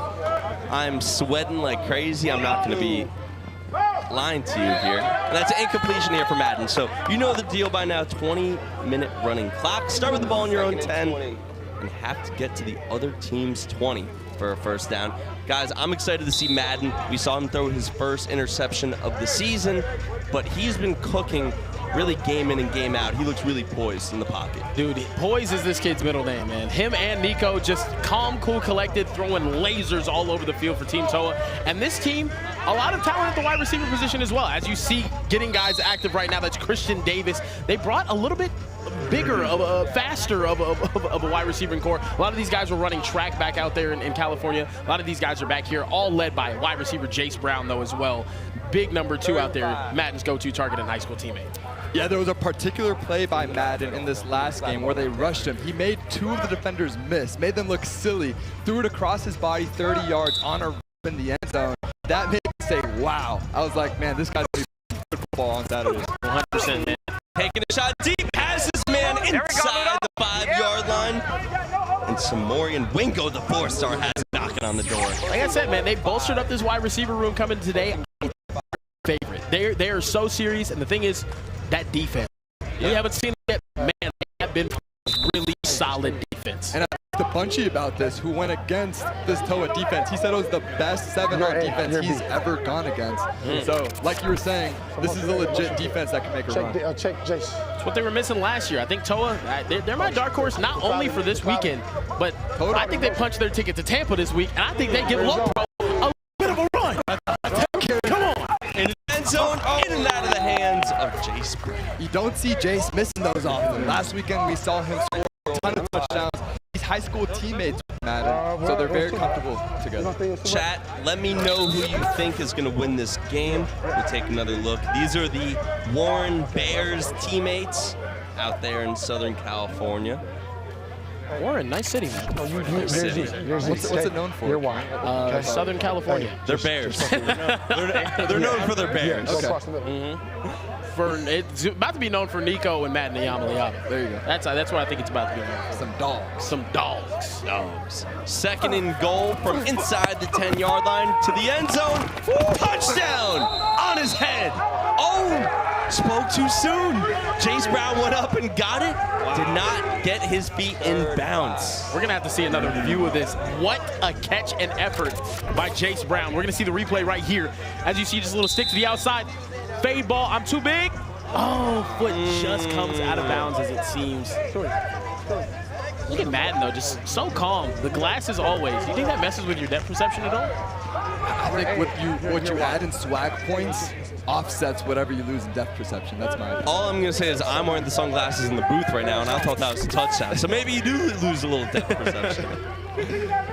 Madden looking over the middle.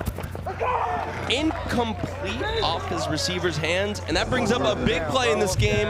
4th and goal. They got down here quickly. They had 1st and goal inside the 10. They've kind of stalled out here in the red zone. Yeah, punched it down here quickly, and also big story for Huncho Elite. Still yet to get that first OT7 win. I want to see if they can do it right here. Obviously, Team Toa is a really tough test for that, though. And 3 consecutive drops here is tough for Team Toa. He's putting the ball on the money. That may look like it was high, but you're taught as a quarterback to throw it 2 yards above his head, only where he can get it in the back of the end zone. Yeah, we have a producer, KJ, who normally routinely drops passes like that. You know, I think it's on the regular. Yeah, some of that bad luck must have rubbed off.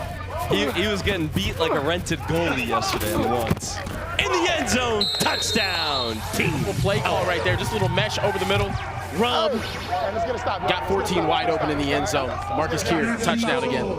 Yep, Marcus Keir, Mission Viejo, known for producing some of the top talent in the Southern California area. He's already got a UNLV offer, even though he's class of 2026. Hey, way to run the route all the way through.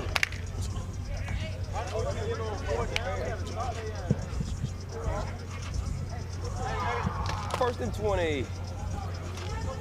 So that will bring up the Huncho Elite offense. They've looked pretty fine so far on offense, but they really need to kick in extra gear to keep up with Team Toa. Yeah, I think the Huncho Elite offense, we've seen what they look like, one with Antoine Hill and then also with their other quarterback, Darnell Kelly, the created player. Both quarterbacks dynamic with skill sets, but I think coming tomorrow, if they want to make a run in bracket play, I think they're probably going to have to stick to one guy. I think so too. I think so too. And it's just so tough when you have two talented quarterbacks. Absolutely. Absolutely. Hill off his receiver's hands. Just through his hands. Milo dead. And we'll throw it down to Sniper Jones. Plus a little bit more for the on-3 power rankings. What's good, guys? Hey, man, I got the on-3 power rankings with me right now. Check this out. Low Pro is at number 1. Raw Miami is at 2. Trillion number 3. 4, we got Memphis home. And 5, we got newly Team Flow. Check this out.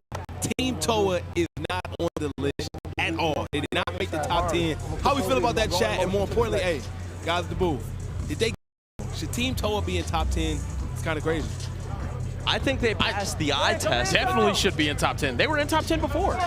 They need to do more, but they definitely passed the eye test. I mean, my thing is, they went all the way to the quarterfinals last week against Toa. Yeah, they won a playoff game, then the match a little bit out of the reach. To me, they made it just as far as the Coastline Stars did. They performed really, really well. So I think Coastline, Toa, right in the same little area, but they played low pro probably the best out of their. Outside of SFE, obviously, they upset one. 100%. And even then, I feel like they were kind of competitive with low pro the whole game. SFE was kind of dead in the water early on. Come back to the end. So I don't know. Fair point. Fair point. They played a 100 game in Raw Miami and Florida. Antoine Hill, the 4-star QB. We talked about they have 2 QB system. So far, they've been a little more in rhythm with Kelly, but Hill, that lock arm, you have to like the way he throws the ball. But just had to think so far. It's too long, though. Oh, he had him in the back of the end zone, too. Yeah, just waited a tick too long there, takes the sack. You want to see, as soon as the wide receiver makes contact with the DB, the quote goes, if he's even, he's leaving. That's something he's learned. He develops, whether he goes to Georgia, or it's Duke, or A&M, or different SEC schools. Coaches are going to get on him about throwing with anticipation. Because as you could see, the ball jumped out of his hand. It's just 45 so easily. He just flicked it down the field. He had a big fall season throwing for 34 touchdowns. He's had a great high school career in general. Only with 36 starts in his career. He has the experience. He's had the success. He has the offers. A lot of SEC schools. Now it's being projected that he's going to go to UF, be a Florida Gator, but he is not committed there yet. We'll see. Georgia guy going to Florida. That's a little rivalry. Interesting. Florida-Georgia line. Florida-Georgia line. Great band. Great band. Yeah, okay band. Okay, former band. I saw they broke up. All the way. Don't ask me to name 3 of their songs. Oh my gosh, got him. First down from the 10, a little bit too long. You know, if a plane crashes on the border of Florida and Georgia, where do they bury the survivors? Second down. No, stay up, dude. Stay up there. Stay up there. These are great questions. I think you always err. Is this a Kieran riddle? It is. It's a little bit of a riddle. Fuck, man. This is definitely like a Florida-Georgia Second and 22. line. This is some references, isn't it? Oh, definitely. I'll ask it one more time. If a plane crashes on the border of Florida and Georgia, where do they bury the survivors? Mo, help me out. I'm nominating Florida. Chat, I think Chat's probably gonna get it right. Don't stop. You gonna say Florida? What's your answer, Dave? Oh! I'm gonna go Georgia. You know what the real answer is? Tell me. Why would you bury survivors? Oh man, this guy. Come on now. The Riddler. This guy. Come on now. First and goal. To OT7 football. OT7 football. It's 95 degrees out here, and Kieran's throwing riddles before noon. I'm dehydrated, Kieran. I can't think properly. One thing I will say about Toa, man, they are stacked coming into this week, man. Wide receiver, I think just having these different guys. Marcus Keir was here last week. Jace Brown, they kind of carry things. But now you got Samorian Wingo out here. You got other wide receivers like touchdown. Here's Samorian Wingo, as I said, yeah. Just different targets this week for Toa. They're deeper. They're more stacked.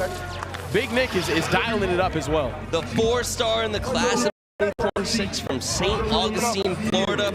Offers from Michigan, Miami, Tennessee, a bunch of other schools. Finds the end zone, skirts his way in. I think you're right, Kieran. There is something to be said about depth. It seems like last weekend, the top 2 guys were Jace Brown and tight end Vanderploeg, the 4-star, who couldn't make it today. And now they just have an array of weapons. You can't double team one guy. You double team Jace, you go to Wingo. You've got Marcus Keir on the other end. This team is dangerous. I think make a run. I mean, last week they were more built around size and contested catchability, and this week more built around speed, separation. Taking a shot deep. A little bit overthrown. Now this team Toa, they have a lot of great DBs, guys like Adonis Curry, Jermichael Gillis, Abdul Sanders Jr. These are 4-stars, 3-stars. So Team Toa defense has made it look difficult for everyone that they face Huncho Elite on the other side of that right now. Well, I saw Niles Newman catch a beautiful route against Abdul Sanders, the Alabama commit. That speaks to Niles Newman's agility. Oh, no, yeah. Electric playmaker, Niles Newman. Just, I mean, by far and away the most electrifying player. Right? You saw that touchdown? Oh, I saw it. You didn't even see him run upfield. That's how fast. I think we called that play, actually. Hill. Oh, he's got him. Rolling. Not in sync with his wide receivers. It'll bring up a 3rd and 20. The sideline was all pointing to Marcus Keir. They had a deep ball beautifully schemed up. He was rolling to the boundary. I think he just went through some of his other reads. Those a little bit behind him. Just want to see him be a little bit more consistent with these guys early on. Only thing we're going to do, this is the only thing we're going to do is, where do you guys think Huncho Elite's uniforms rank? I like them. I like him. Look great, black and red, man. Yeah, the number. It has a little Georgia Bulldogs. Yeah, it definitely does. Thing to it. And let's throw down a Sniper, who has a special guest standing by. What's up, Snipe? All right, man. I got Coach with me, Coach. They left y'all off the on-3 power rankings. They did it top 10. Y'all are not on the top 10 power rankings, Coach Nick. How you feel about that? Oh, man, we're good, man. You know, we're going to earn everything. We take it, so we fine with it. You fine with being off the list? You ain't got that has no reason why you beating these teams senseless today? Nah, not at all, man. That's what we normally do. All right, now look, it's a lot of teams not here today, and I think it's a great opportunity for y'all to actually win this one. Was that talked about at all before the games? Nah, not at all, man. One game at a time. You know, we got a lot of Cali heat this out here this time, so we good. Y'all the favorite, though. In my opinion, I think y'all are the favorite to win. Can't be a favorite if we're not even ranked. Oh, I like that. Hey, that's a bar. I'm going to give it back to y'all. That's the bar today. That's the bar today. Drake could have used that. Yeah, and I like it. All I'm going to say. He put the chip back on his shoulder. That's what it was. Snipe tried to take it off, and he put it right back on his shoulder. I ain't going to lie. That is a bar. Kendrick or Drake need to come find him. He need to do some writing. Kendrick doesn't need any help right now. Hey, man. Baby Keem. Shout out Baby King Shout for the out Baby pin. King. 4th and long. Incomplete flag on the play. We'll see if it's defensive holding or PI. That looked like a pretty clear call to me, though. Yeah, it did. But regardless, I love the intensity that Abdul Sanders brings to the defensive side of the ball for them. Man, he cares every single drive. He doesn't like giving up anything. You saw even whenever Niles caught something on him, he was like, man. You saw him just foot stomp right there. He's all over him. But he just brings that defensive intensity over on Team TOA's side that I feel like they all just kind of rally around him. And people forget he's a linebacker, covering guys on the perimeter, covering outside wide receivers, X's and Z's. That is so rare to have that size and athleticism in the SEC at Alabama. This dude's gonna be a stud. Yeah, he's tasked right there with guarding Larry Hudson, very, very shifty wide receiver out of the state of Georgia as well, 5'9", or not a 5'9", 6', 167. First, he gets open a lot. Oh! Slips on the grass. Let's hope he's all right. That was a nasty looking fall. Oh man. He had some guys open too. Fortunate slip right there. It's back here, it's back here, it's back here. Tried to stop. Yeah, that right foot just loses. Oh man. Glad to see him back up. Looks like he's okay. This is the second weekend of back-to-back OT7 weeks. Yes, Sniper Jones over here imitating Hill. I don't think Snipe could fall like that gracefully, though. That's all I'm going to say. And we'd have to scoop Snipe off the ground. Yeah, imagine falling, guys. Clean up on the 20, man.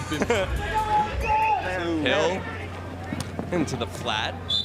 For those on the towel watch alert on social media, Antoine Hill has a Georgia Bulldog towel. I know you said he's leaning towards Florida, but maybe it's a little bit more competitive than we thought. Georgia Bulldog. I mean, he's with the Huncho team. I feel like that's Quavo's team. Quavo rocks with the Bulldogs. I would say don't get confused by the towels, man, because Gavin Seward had a Rutgers towel on it, man, you know, and you know, he's already committed, so, you know, you never know what's going on. There. Yeah, you know, they like playing the games, man. I might wear my, hey, sometimes I just like the free gear.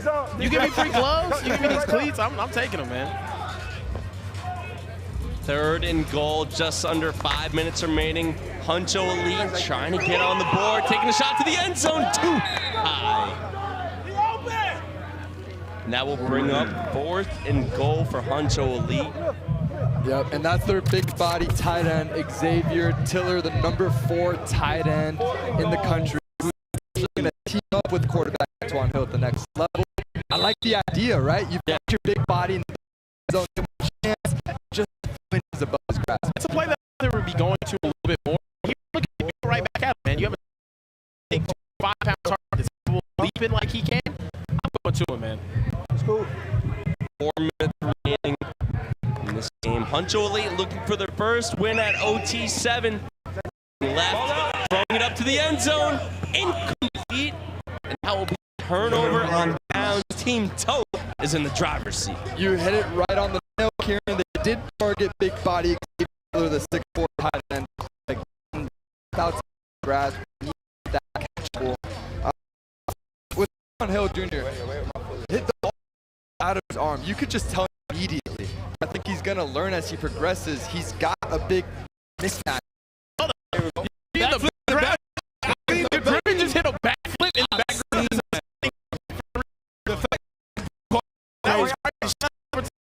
Replay that. You see in the background of the podcast station. Griffin ran the backflip.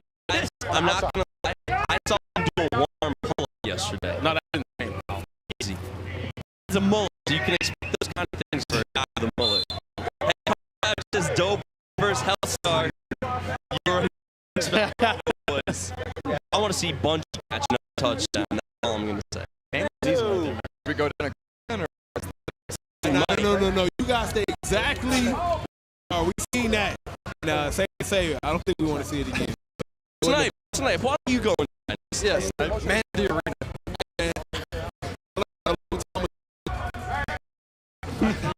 Am I wrong? Why words from Snipe? It's not me rolling. Madden, sideline. Oh! Sanders nearly reeled it in one hand. That was crazy putting Abdul out there, man. That was crazy. It's a bit of a push. I'm not going to give him I don't give him a pass on that, but man. Just trying to go out there one-handed, man. Little you get crazy. This is absurd.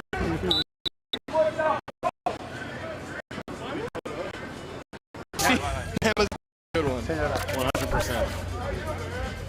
22 yards. 2 minutes remaining. 3rd and 2 here for Team Toa.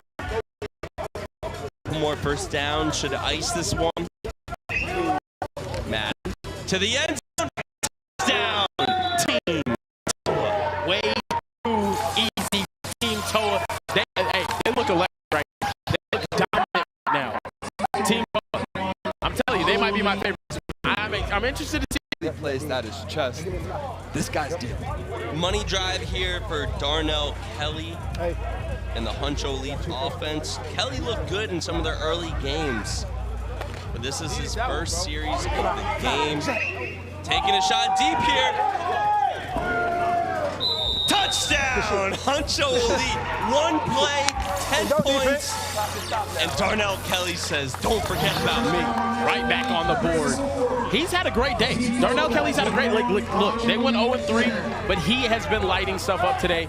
Huncho Elite on the board, 10 points, only 37 seconds left remaining in this game. And look, they don't call him the creative player for no reason. This guy comes in cold. This is his very first play of the game. First play. And they're down 21. I don't think guys realize how difficult it is to come in cold. You don't have the rhythm of the offense. It throws a strike for a touchdown first play. Is it safe to say he's outplaying the starting QB? I mean, today he's looked better. Yeah, that's all there is. I mean, I'm not saying one is better than the other, but just Kelly has looked really good today, and Hill has been a little out of rhythm with his wideouts, but you have 2 great options at QB. You can't go wrong with either, in my opinion. And that could also be a multitude of things. You had Darnell Kelly here a couple of weeks ago, got rhythm with his guys, being able to play with his guys. Exactly.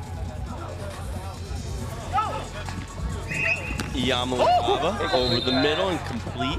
What a defensive play right there from Cameron Barber. Full extension. Hey, I love the effort, though. Only 6 seconds left in the game. Doesn't matter. I'm going to go full extension. You're not going to catch one on me. You never know. You never know when you're being evaluated. Exactly. Always being evaluated. Pro tip, you're always being evaluated. Shout out to AB, man. AB, whom Alex Day, you beat him on a deep ball. Look. It has to go on your resume, right? You beat a 5-star athlete. What does that make me? Does that make me a 6-star? Our producer KJ is in our ears saying that makes me lucky. We could pull out the tape of him yesterday, but that'd be a sight for sore eyes. Jump ball. Throwing it up. Incomplete, and that will do it. Team Toa marches towards a 1 seed, a 3-0 Saturday, heading into pool play, and they look like one of the teams to beat here in Orlando. Doughboyz coming up next against Hellstar. You're not going to want to miss that one. 21-10 is your final. Stay with us. Much more OT7 coming up next. There you go.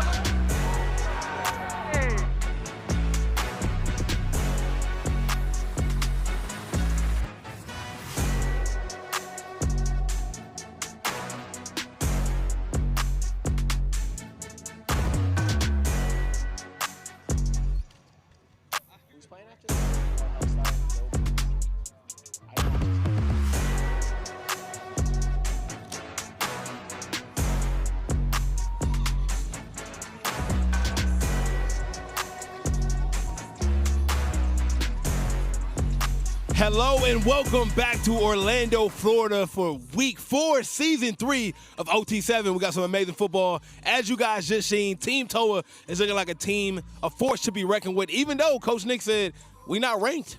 We not ranked. They fell out of the rankings after a somewhat disappointing week last week here down in Orlando, but they're clearly on a mission. Madden looks great. He's got the AirPod in, of course. But no, they finally look like that team that should be able to punch their ticket to the OT7 championship next month. Absolutely. Huncho Elite just looking like they can't get it together. No. They've always struggled here at OT7. I thought they'd finally catch a rhythm since they got Antoine Hill there. Like, he's a really big-time quarterback, a lot of huge offers, and a very well-documented career. However, him and his receiving core are just not together at all. Yeah, Huncho, Quavo's having a bad few weeks. Got dissed by Chris Brown. Now his OT7 team pulls up. They get smacked around. It's just a tough week for Quavo, but hey, they can turn around tomorrow. They will be in. Everyone has a chance on Sunday to bring it home. I just don't have a lot of faith in them right now. Hey, man, get better, Quavo. Let's take a look at the earlier session games, some of the scores we got. We got Huncho, Carolina Stars. They set it all off. After that, we had Team Toa, Doughboyz, Carolina Stars, level 82. Not to mention, oh man, Team Toa is here. Team Toa is here. Hey, okay, hold on. So, let me ask y'all, hold on. We want Trilly. Abdul, y'all were not ranked in the power rankings at all. Y'all out the top. Hey, that's disrespectful. Y'all out the top. Talk to the camera about that. After this weekend, it's gonna change, though. After this weekend, it's gonna change. Team Toa, 3-0, baby. Hey, boy, don't do that no more. All the haters. And I know it's you, Chad. So, man, we coming for everything. Y'all boys stay tuned, man. We finna run this shit up, man. Flip the camera on the losers over there.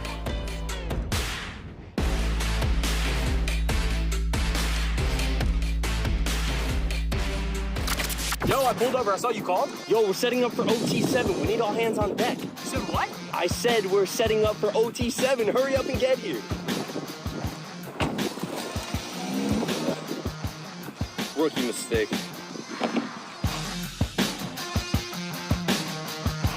Snickers, the official chocolate of OT7. Overtime Tom here for a break in the action. A turnover can change the momentum of an entire game. If there's one weak link, the whole team suffers. So remember, vapes can contain toxic chemicals that can damage your lungs and the team. All right, let's go back to OT7.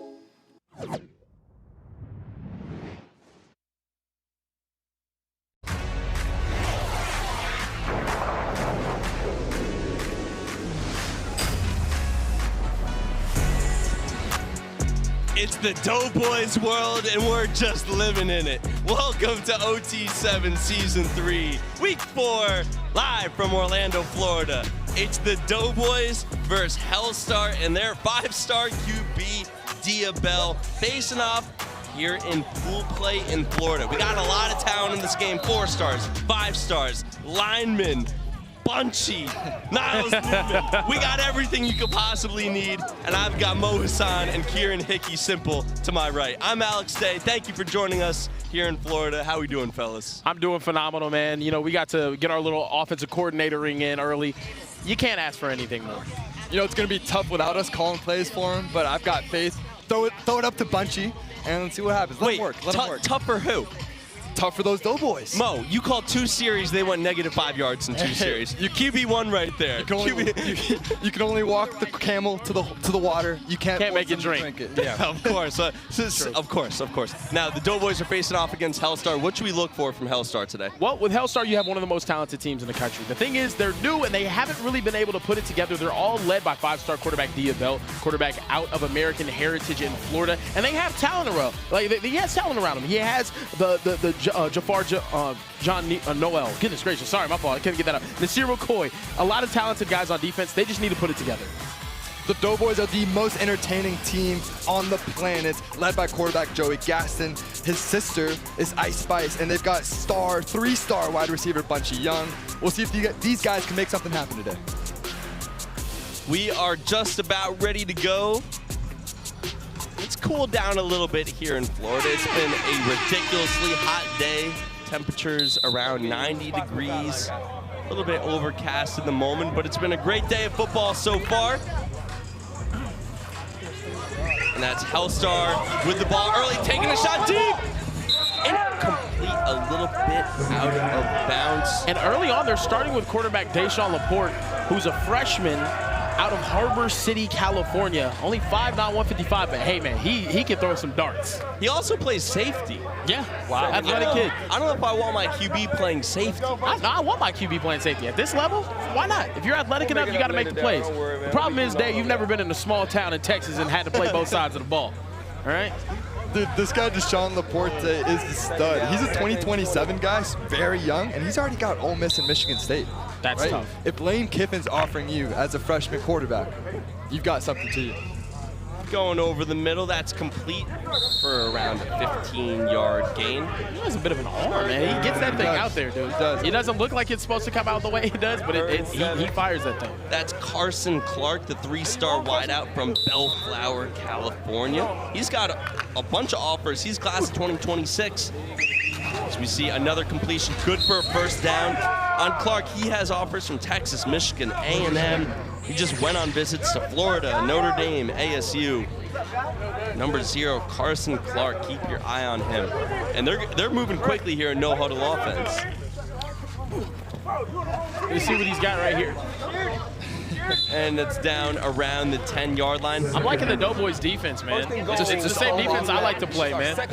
It's stand there, watch what happens. If they run close to you, try to tag, you know, maybe.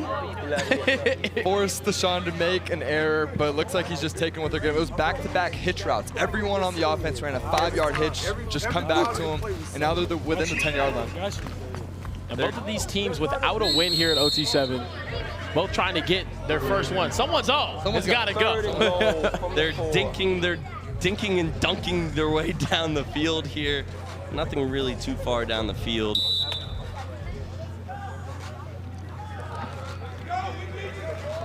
And the Doughboyz have 2 number 901s in the field. First time I've ever seen that. 901B, 901G is what we have it on the sheet. Rolling out to the right. Touchdown, Hellstar. Punches first. Easy move for Hellstar. They're trying to rip him right now to get the football. What is going on? The funny thing with the Doughboyz is if you were watching without sound, you wouldn't be able to tell if they're winning or losing by their body language. They're going to have fun regardless. They will have fun regardless. You saw Niles just go up and jump with someone. And guys, we have some breaking news here. .5 is going to be in at quarterback at some point on this drive for the Doughboyz. Let's go. Slim Jim finally getting some reps at quarterback, man. Joey, it's been a shaky day today. So it's the Doughboyz taking over, and as the #1 Doughboyz fan, I gotta support my guys real quick up here in the booth. We're looking to cook. We're looking to cook with the Pillsbury Doughboy hats. They came out with them, and were lucky enough to give me one. Although it's kind of, I'm wearing the headset. So it's sitting on top of my head. I look like T.I. back in the day. With this thing just hanging off my head. But anything to get the Doughboyz. Forget a win. Let's just get the Doughboyz in the end. Slim Jim.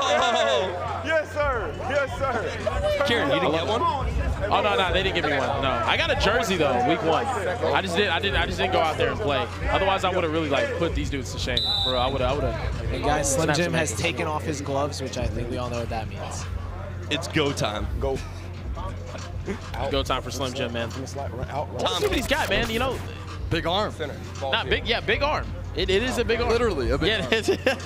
Tom, can you ask him how he got that name whenever you get a chance? Yeah, I would love to. Come on, Slim. Lined up in the backfield right now, and here he is. Yes, sir. Turn me up. Turn me up. Spinning the ball. Oh, no. Oh, my goodness. Oh, no. Oh, no. Oh, they're chasing him. They're still chasing him. And Hellstar goes up 14-0, 4 minutes into this game. Slim Jim told me he could throw it. You hate to see it. Yeah, he can throw it all right. He can definitely throw it to the defense. Oh, no. Slim Jim back there, man. Slim Jim just throws it behind him. Oh, man. Nominated for the worst pass of the season. That's got to be #1. Oh, no. Either that one or Keelan Russell when he threw it directly to the... Don't put Keelan Russell and Slim Jim in the same sentence. Nah, Keelan's got to hear it from me. All right, we have Tom standing by with the man of the hour, Slim Jim. What's up, Tom? Hey, fellas, I'm down here with Slim Jim. We're not going to talk about the last play yet, but before that, you had a great catch. Take me through your route and what happened. I saw that the inside was open, just hit it, try to run, not that fast. These guys are pretty fast, and I'm not that fast. And what was the celebration that you pulled out? I don't even know. Trying to be happy, just trying to celebrate. If you ain't having fun about the little things, your life ain't never going to be happy. Can I see the celly one more time? Put the ball on the line. Put the ball on the line. No, that was amazing. And then what about on quarterback? You came in, you threw the ball to the other team. No, I threw a little light. I should have thrown a little bit harder to get there. It's whatever. Everyone's happy. So coach give you another chance at QB? Maybe. I don't know yet. He might. Good luck the rest of the way, Slim Jim. Back to you guys in the booth. Slim Jim might be my favorite player. No, he's electric, man. Great personality. He was dropping life bars right there, though, man. And very philosophical. Yeah, no. If you can't enjoy the small things, you won't enjoy the big things in life. Look at that. Slim Aristotle. Yeah. Yeah. Slim Confucius. Up and to your right. Up and to your right. Hey, bro, we actually told you we're not playing around. Slim Socrates. Yes, sir. Two. Gaston in the pocket, taking a shot deep. Throws. Oh, my goodness. And he hit the ground hard. Ice. So close. That's Nick Clark right there. Nearly caught. Nearly caught that one. Athletic play. How about the ball there by Joey? Gives his big target a chance, a wheel route, throws it up. Perfectly placed. Nick Clark just needs his chance. Gotta man. come down with that. Nick Clark's been open downfield a couple of times, and he has great ball skills as well, man. You just got to bring that one in. Yeah, just keep on shooting. I know he's capable of it, for sure. I want to see them get Bunchie Young involved here. Had one of the most incredible touchdowns in that first game. Can Bunchie throw? One way to find out. Can Niles throw? I hear Niles in my ear right now. Tom, is Niles involved on this play? He's not. Oh, They're no. looking for Bunchie on the under route. Wonder what other trick plays we might see too after that Niles touchdown that last game. All I know is don't let it get to 4th down. Uh-oh. Two. That's complete. It'll be 4th and short. Close to picking up a first down. Tom, you were alluding to 4th down. What can we look for here? Coach John Quall said he would be back at quarterback if it was 4th down, but since it's 4th and short, I don't know. We're bringing Slim Jim back in, guys. They got the big package in for 4th and short. Could it be a handoff to Slim Jim? I mean, I would do it. Yeah, a little fullback dive. Hey, listen. Thanks. Everybody, y'all can listen. Everybody box him out. Somebody catch the ball. Go. Everybody box him out. He invited the defense into the huddle, fellas. Bold strategy. He said, y'all can listen. Come in here. 4th and 2. Still can't stop motion. Oh, right to Bunchie. A little bit late. Oh, I don't think you can do that. And that will be a turnover on downs. Hellstar taking over, looking to make it a 3 touchdown. It's so close, man. Honestly, I don't know why they don't allow it.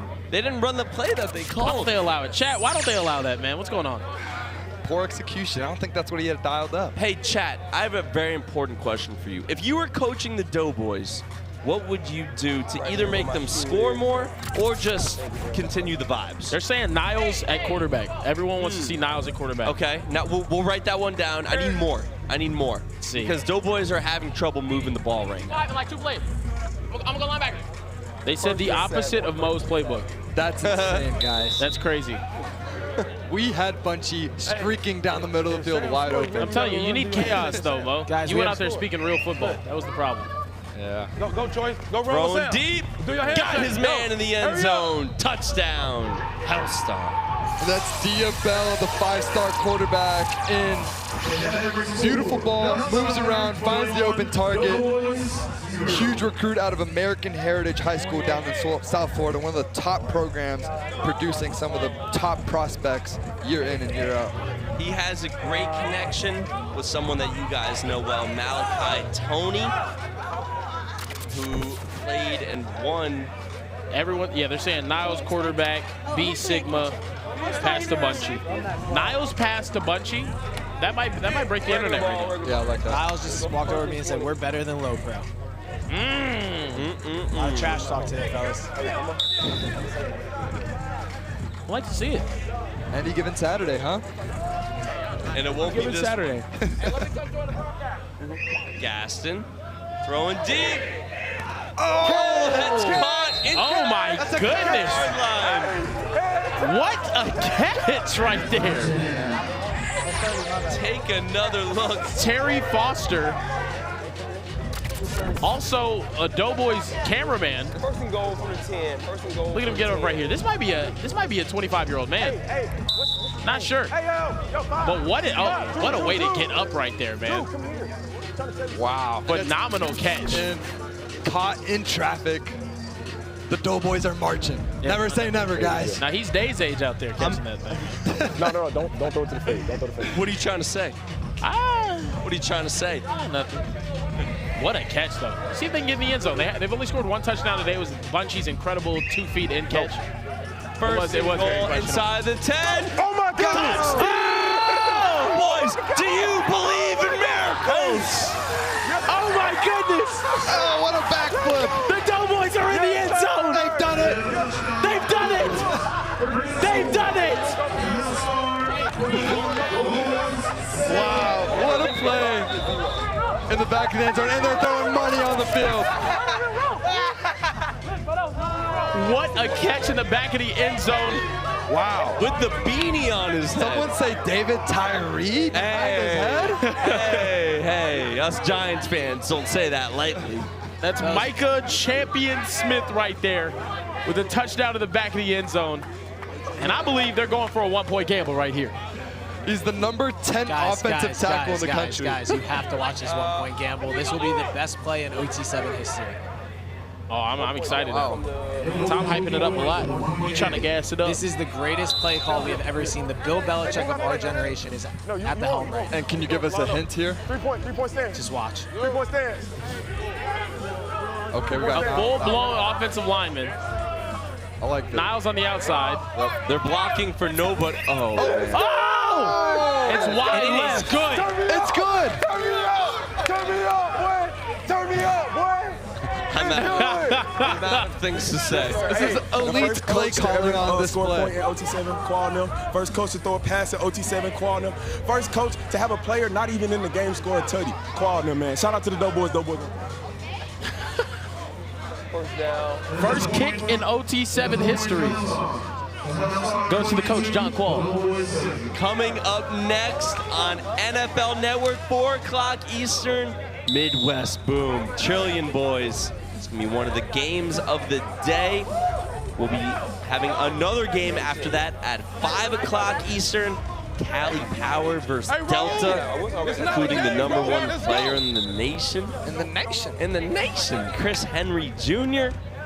4 to 6 o'clock Eastern, NFL Network. Hey guys, we have a big play here as well. A one-on-one matchup between Slim Jim and Hellstar Center. Oh my goodness. Love it. I love it. My money's on Slim Jim.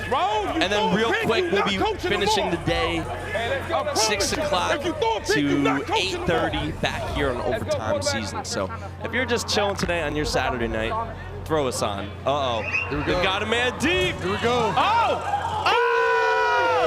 Touchdown! Hellstar! Hellstar Center just dusted the Doughboyz. Big on big. Big for no reason, as you would say. Oh my good. No, that was big for a reason. That was elite speed down the sideline. Give me a replay. I need to break this down. The go route, the speed. Xavier Worthy, who?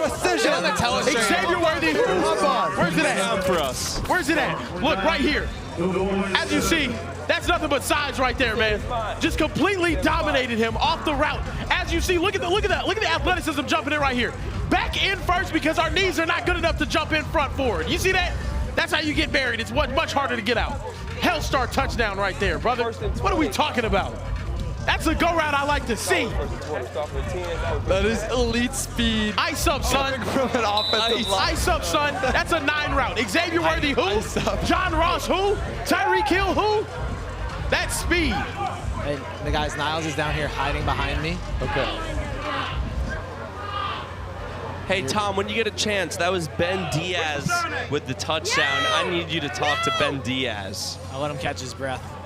He's breathing heavy over here after that touchdown. Hey, Tom, is this the strategy? They're hiding Niles? Oh, I think this is a false start. Bunchie's wide open. Oh. Over the middle, incomplete. We need to feed Bunchie, man. Nah, feed Bunchie. Feed Bunchie, man. I would have liked that, though. Hiding Niles, I kind of like that play. Hey, what's our center's name down here? Ben Diaz. He's walking towards you right now.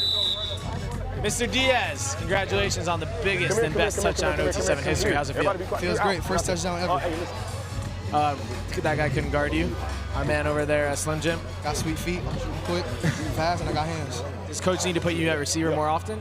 Hey, can this sit down from the Coach, hash? From the hash, Drew. From the hash. Yeah, Slim Jim is no match. You know what you got. Mr. Tamal. You say that Slim Jim is trash? Okay. Back to you guys in the booth. Gaston over the middle. Takes off running. Yeah, I got. Man. I understand, but I got you. I wait till I hit first down. Here you go. Third down. Hey, next time, Joey, even if he say stop, just play. I want to see what the Doughboyz can do here, man. I need to see another touchdown, Third bro. down from the 9. From the 9.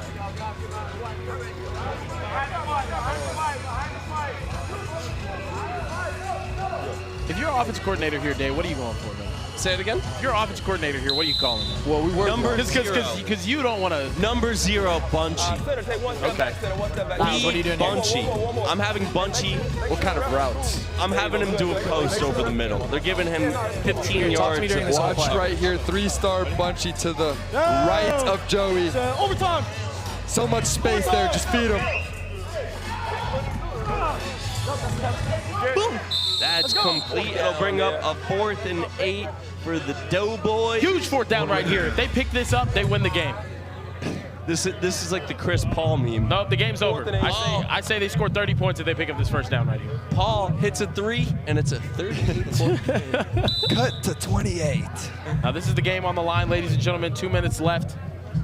Hey, chat, if you have a friend who's a lineman who should be on the Doughboyz, spam the chat with his name right now. John Qual promised he'll read the whole chat after. Wow. And he'll be holding tryouts. Let us know about a lineman. A lineman need more love. Spam the chat with a lineman that needs to be on the Doughboyz. Over the middle. Oh, and he couldn't hold on to it. That would have won him the game, too. That would have won it right there. That would have won the game for him right there, man. Hey, they still got a money drive. That's right. Just calling on defense right here. Not over. 2 minutes left in this game. Just a reminder, we'll be on NFL Network at 4 o'clock. Oh my goodness, there is like a 4-year-old that just checked into the game for Hellstar, ladies and gentlemen. Let's go offense. That's here. Offense. I think he might be 3. I don't think he's 4. Excuse me, sir. How old are you? 7. Oh yeah. What are you about to do? Score. Oh yeah. Here we go. Line him up with Niles. Line him up with Niles. The one-on-one we've been waiting for. The class of 2030 versus the class of 2035. Oh, and they're backing it up to call a money drive. Oh yeah, back it up to call a money drive. I'm telling you, Choice Laporte. Best 7-year-old in the country. Best 7-year-old in the country. I need a one-on-one with him and Niles. Do we have a name on the young man? Choice Laporte. I believe it's Deshaun's younger brother. Tom, you need to tell him to run quads and then put Niles and him on one side of the field. He's wearing sandals, by the way, guys. Doesn't have cleats on. Damn. Oh, that's what I'm talking about. Look at this formation, though, here. Let him cook. Let him cook. Oh, boo! Boo! Yeah, throw a flag on him for tackling. Hey, chat. L's in the chat. L's in the chat. Good job, Choice. How's it feel?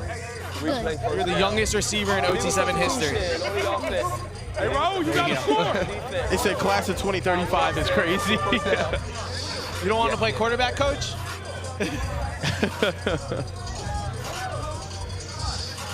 Deshaun Laporte's not much older than him right now, quarterback.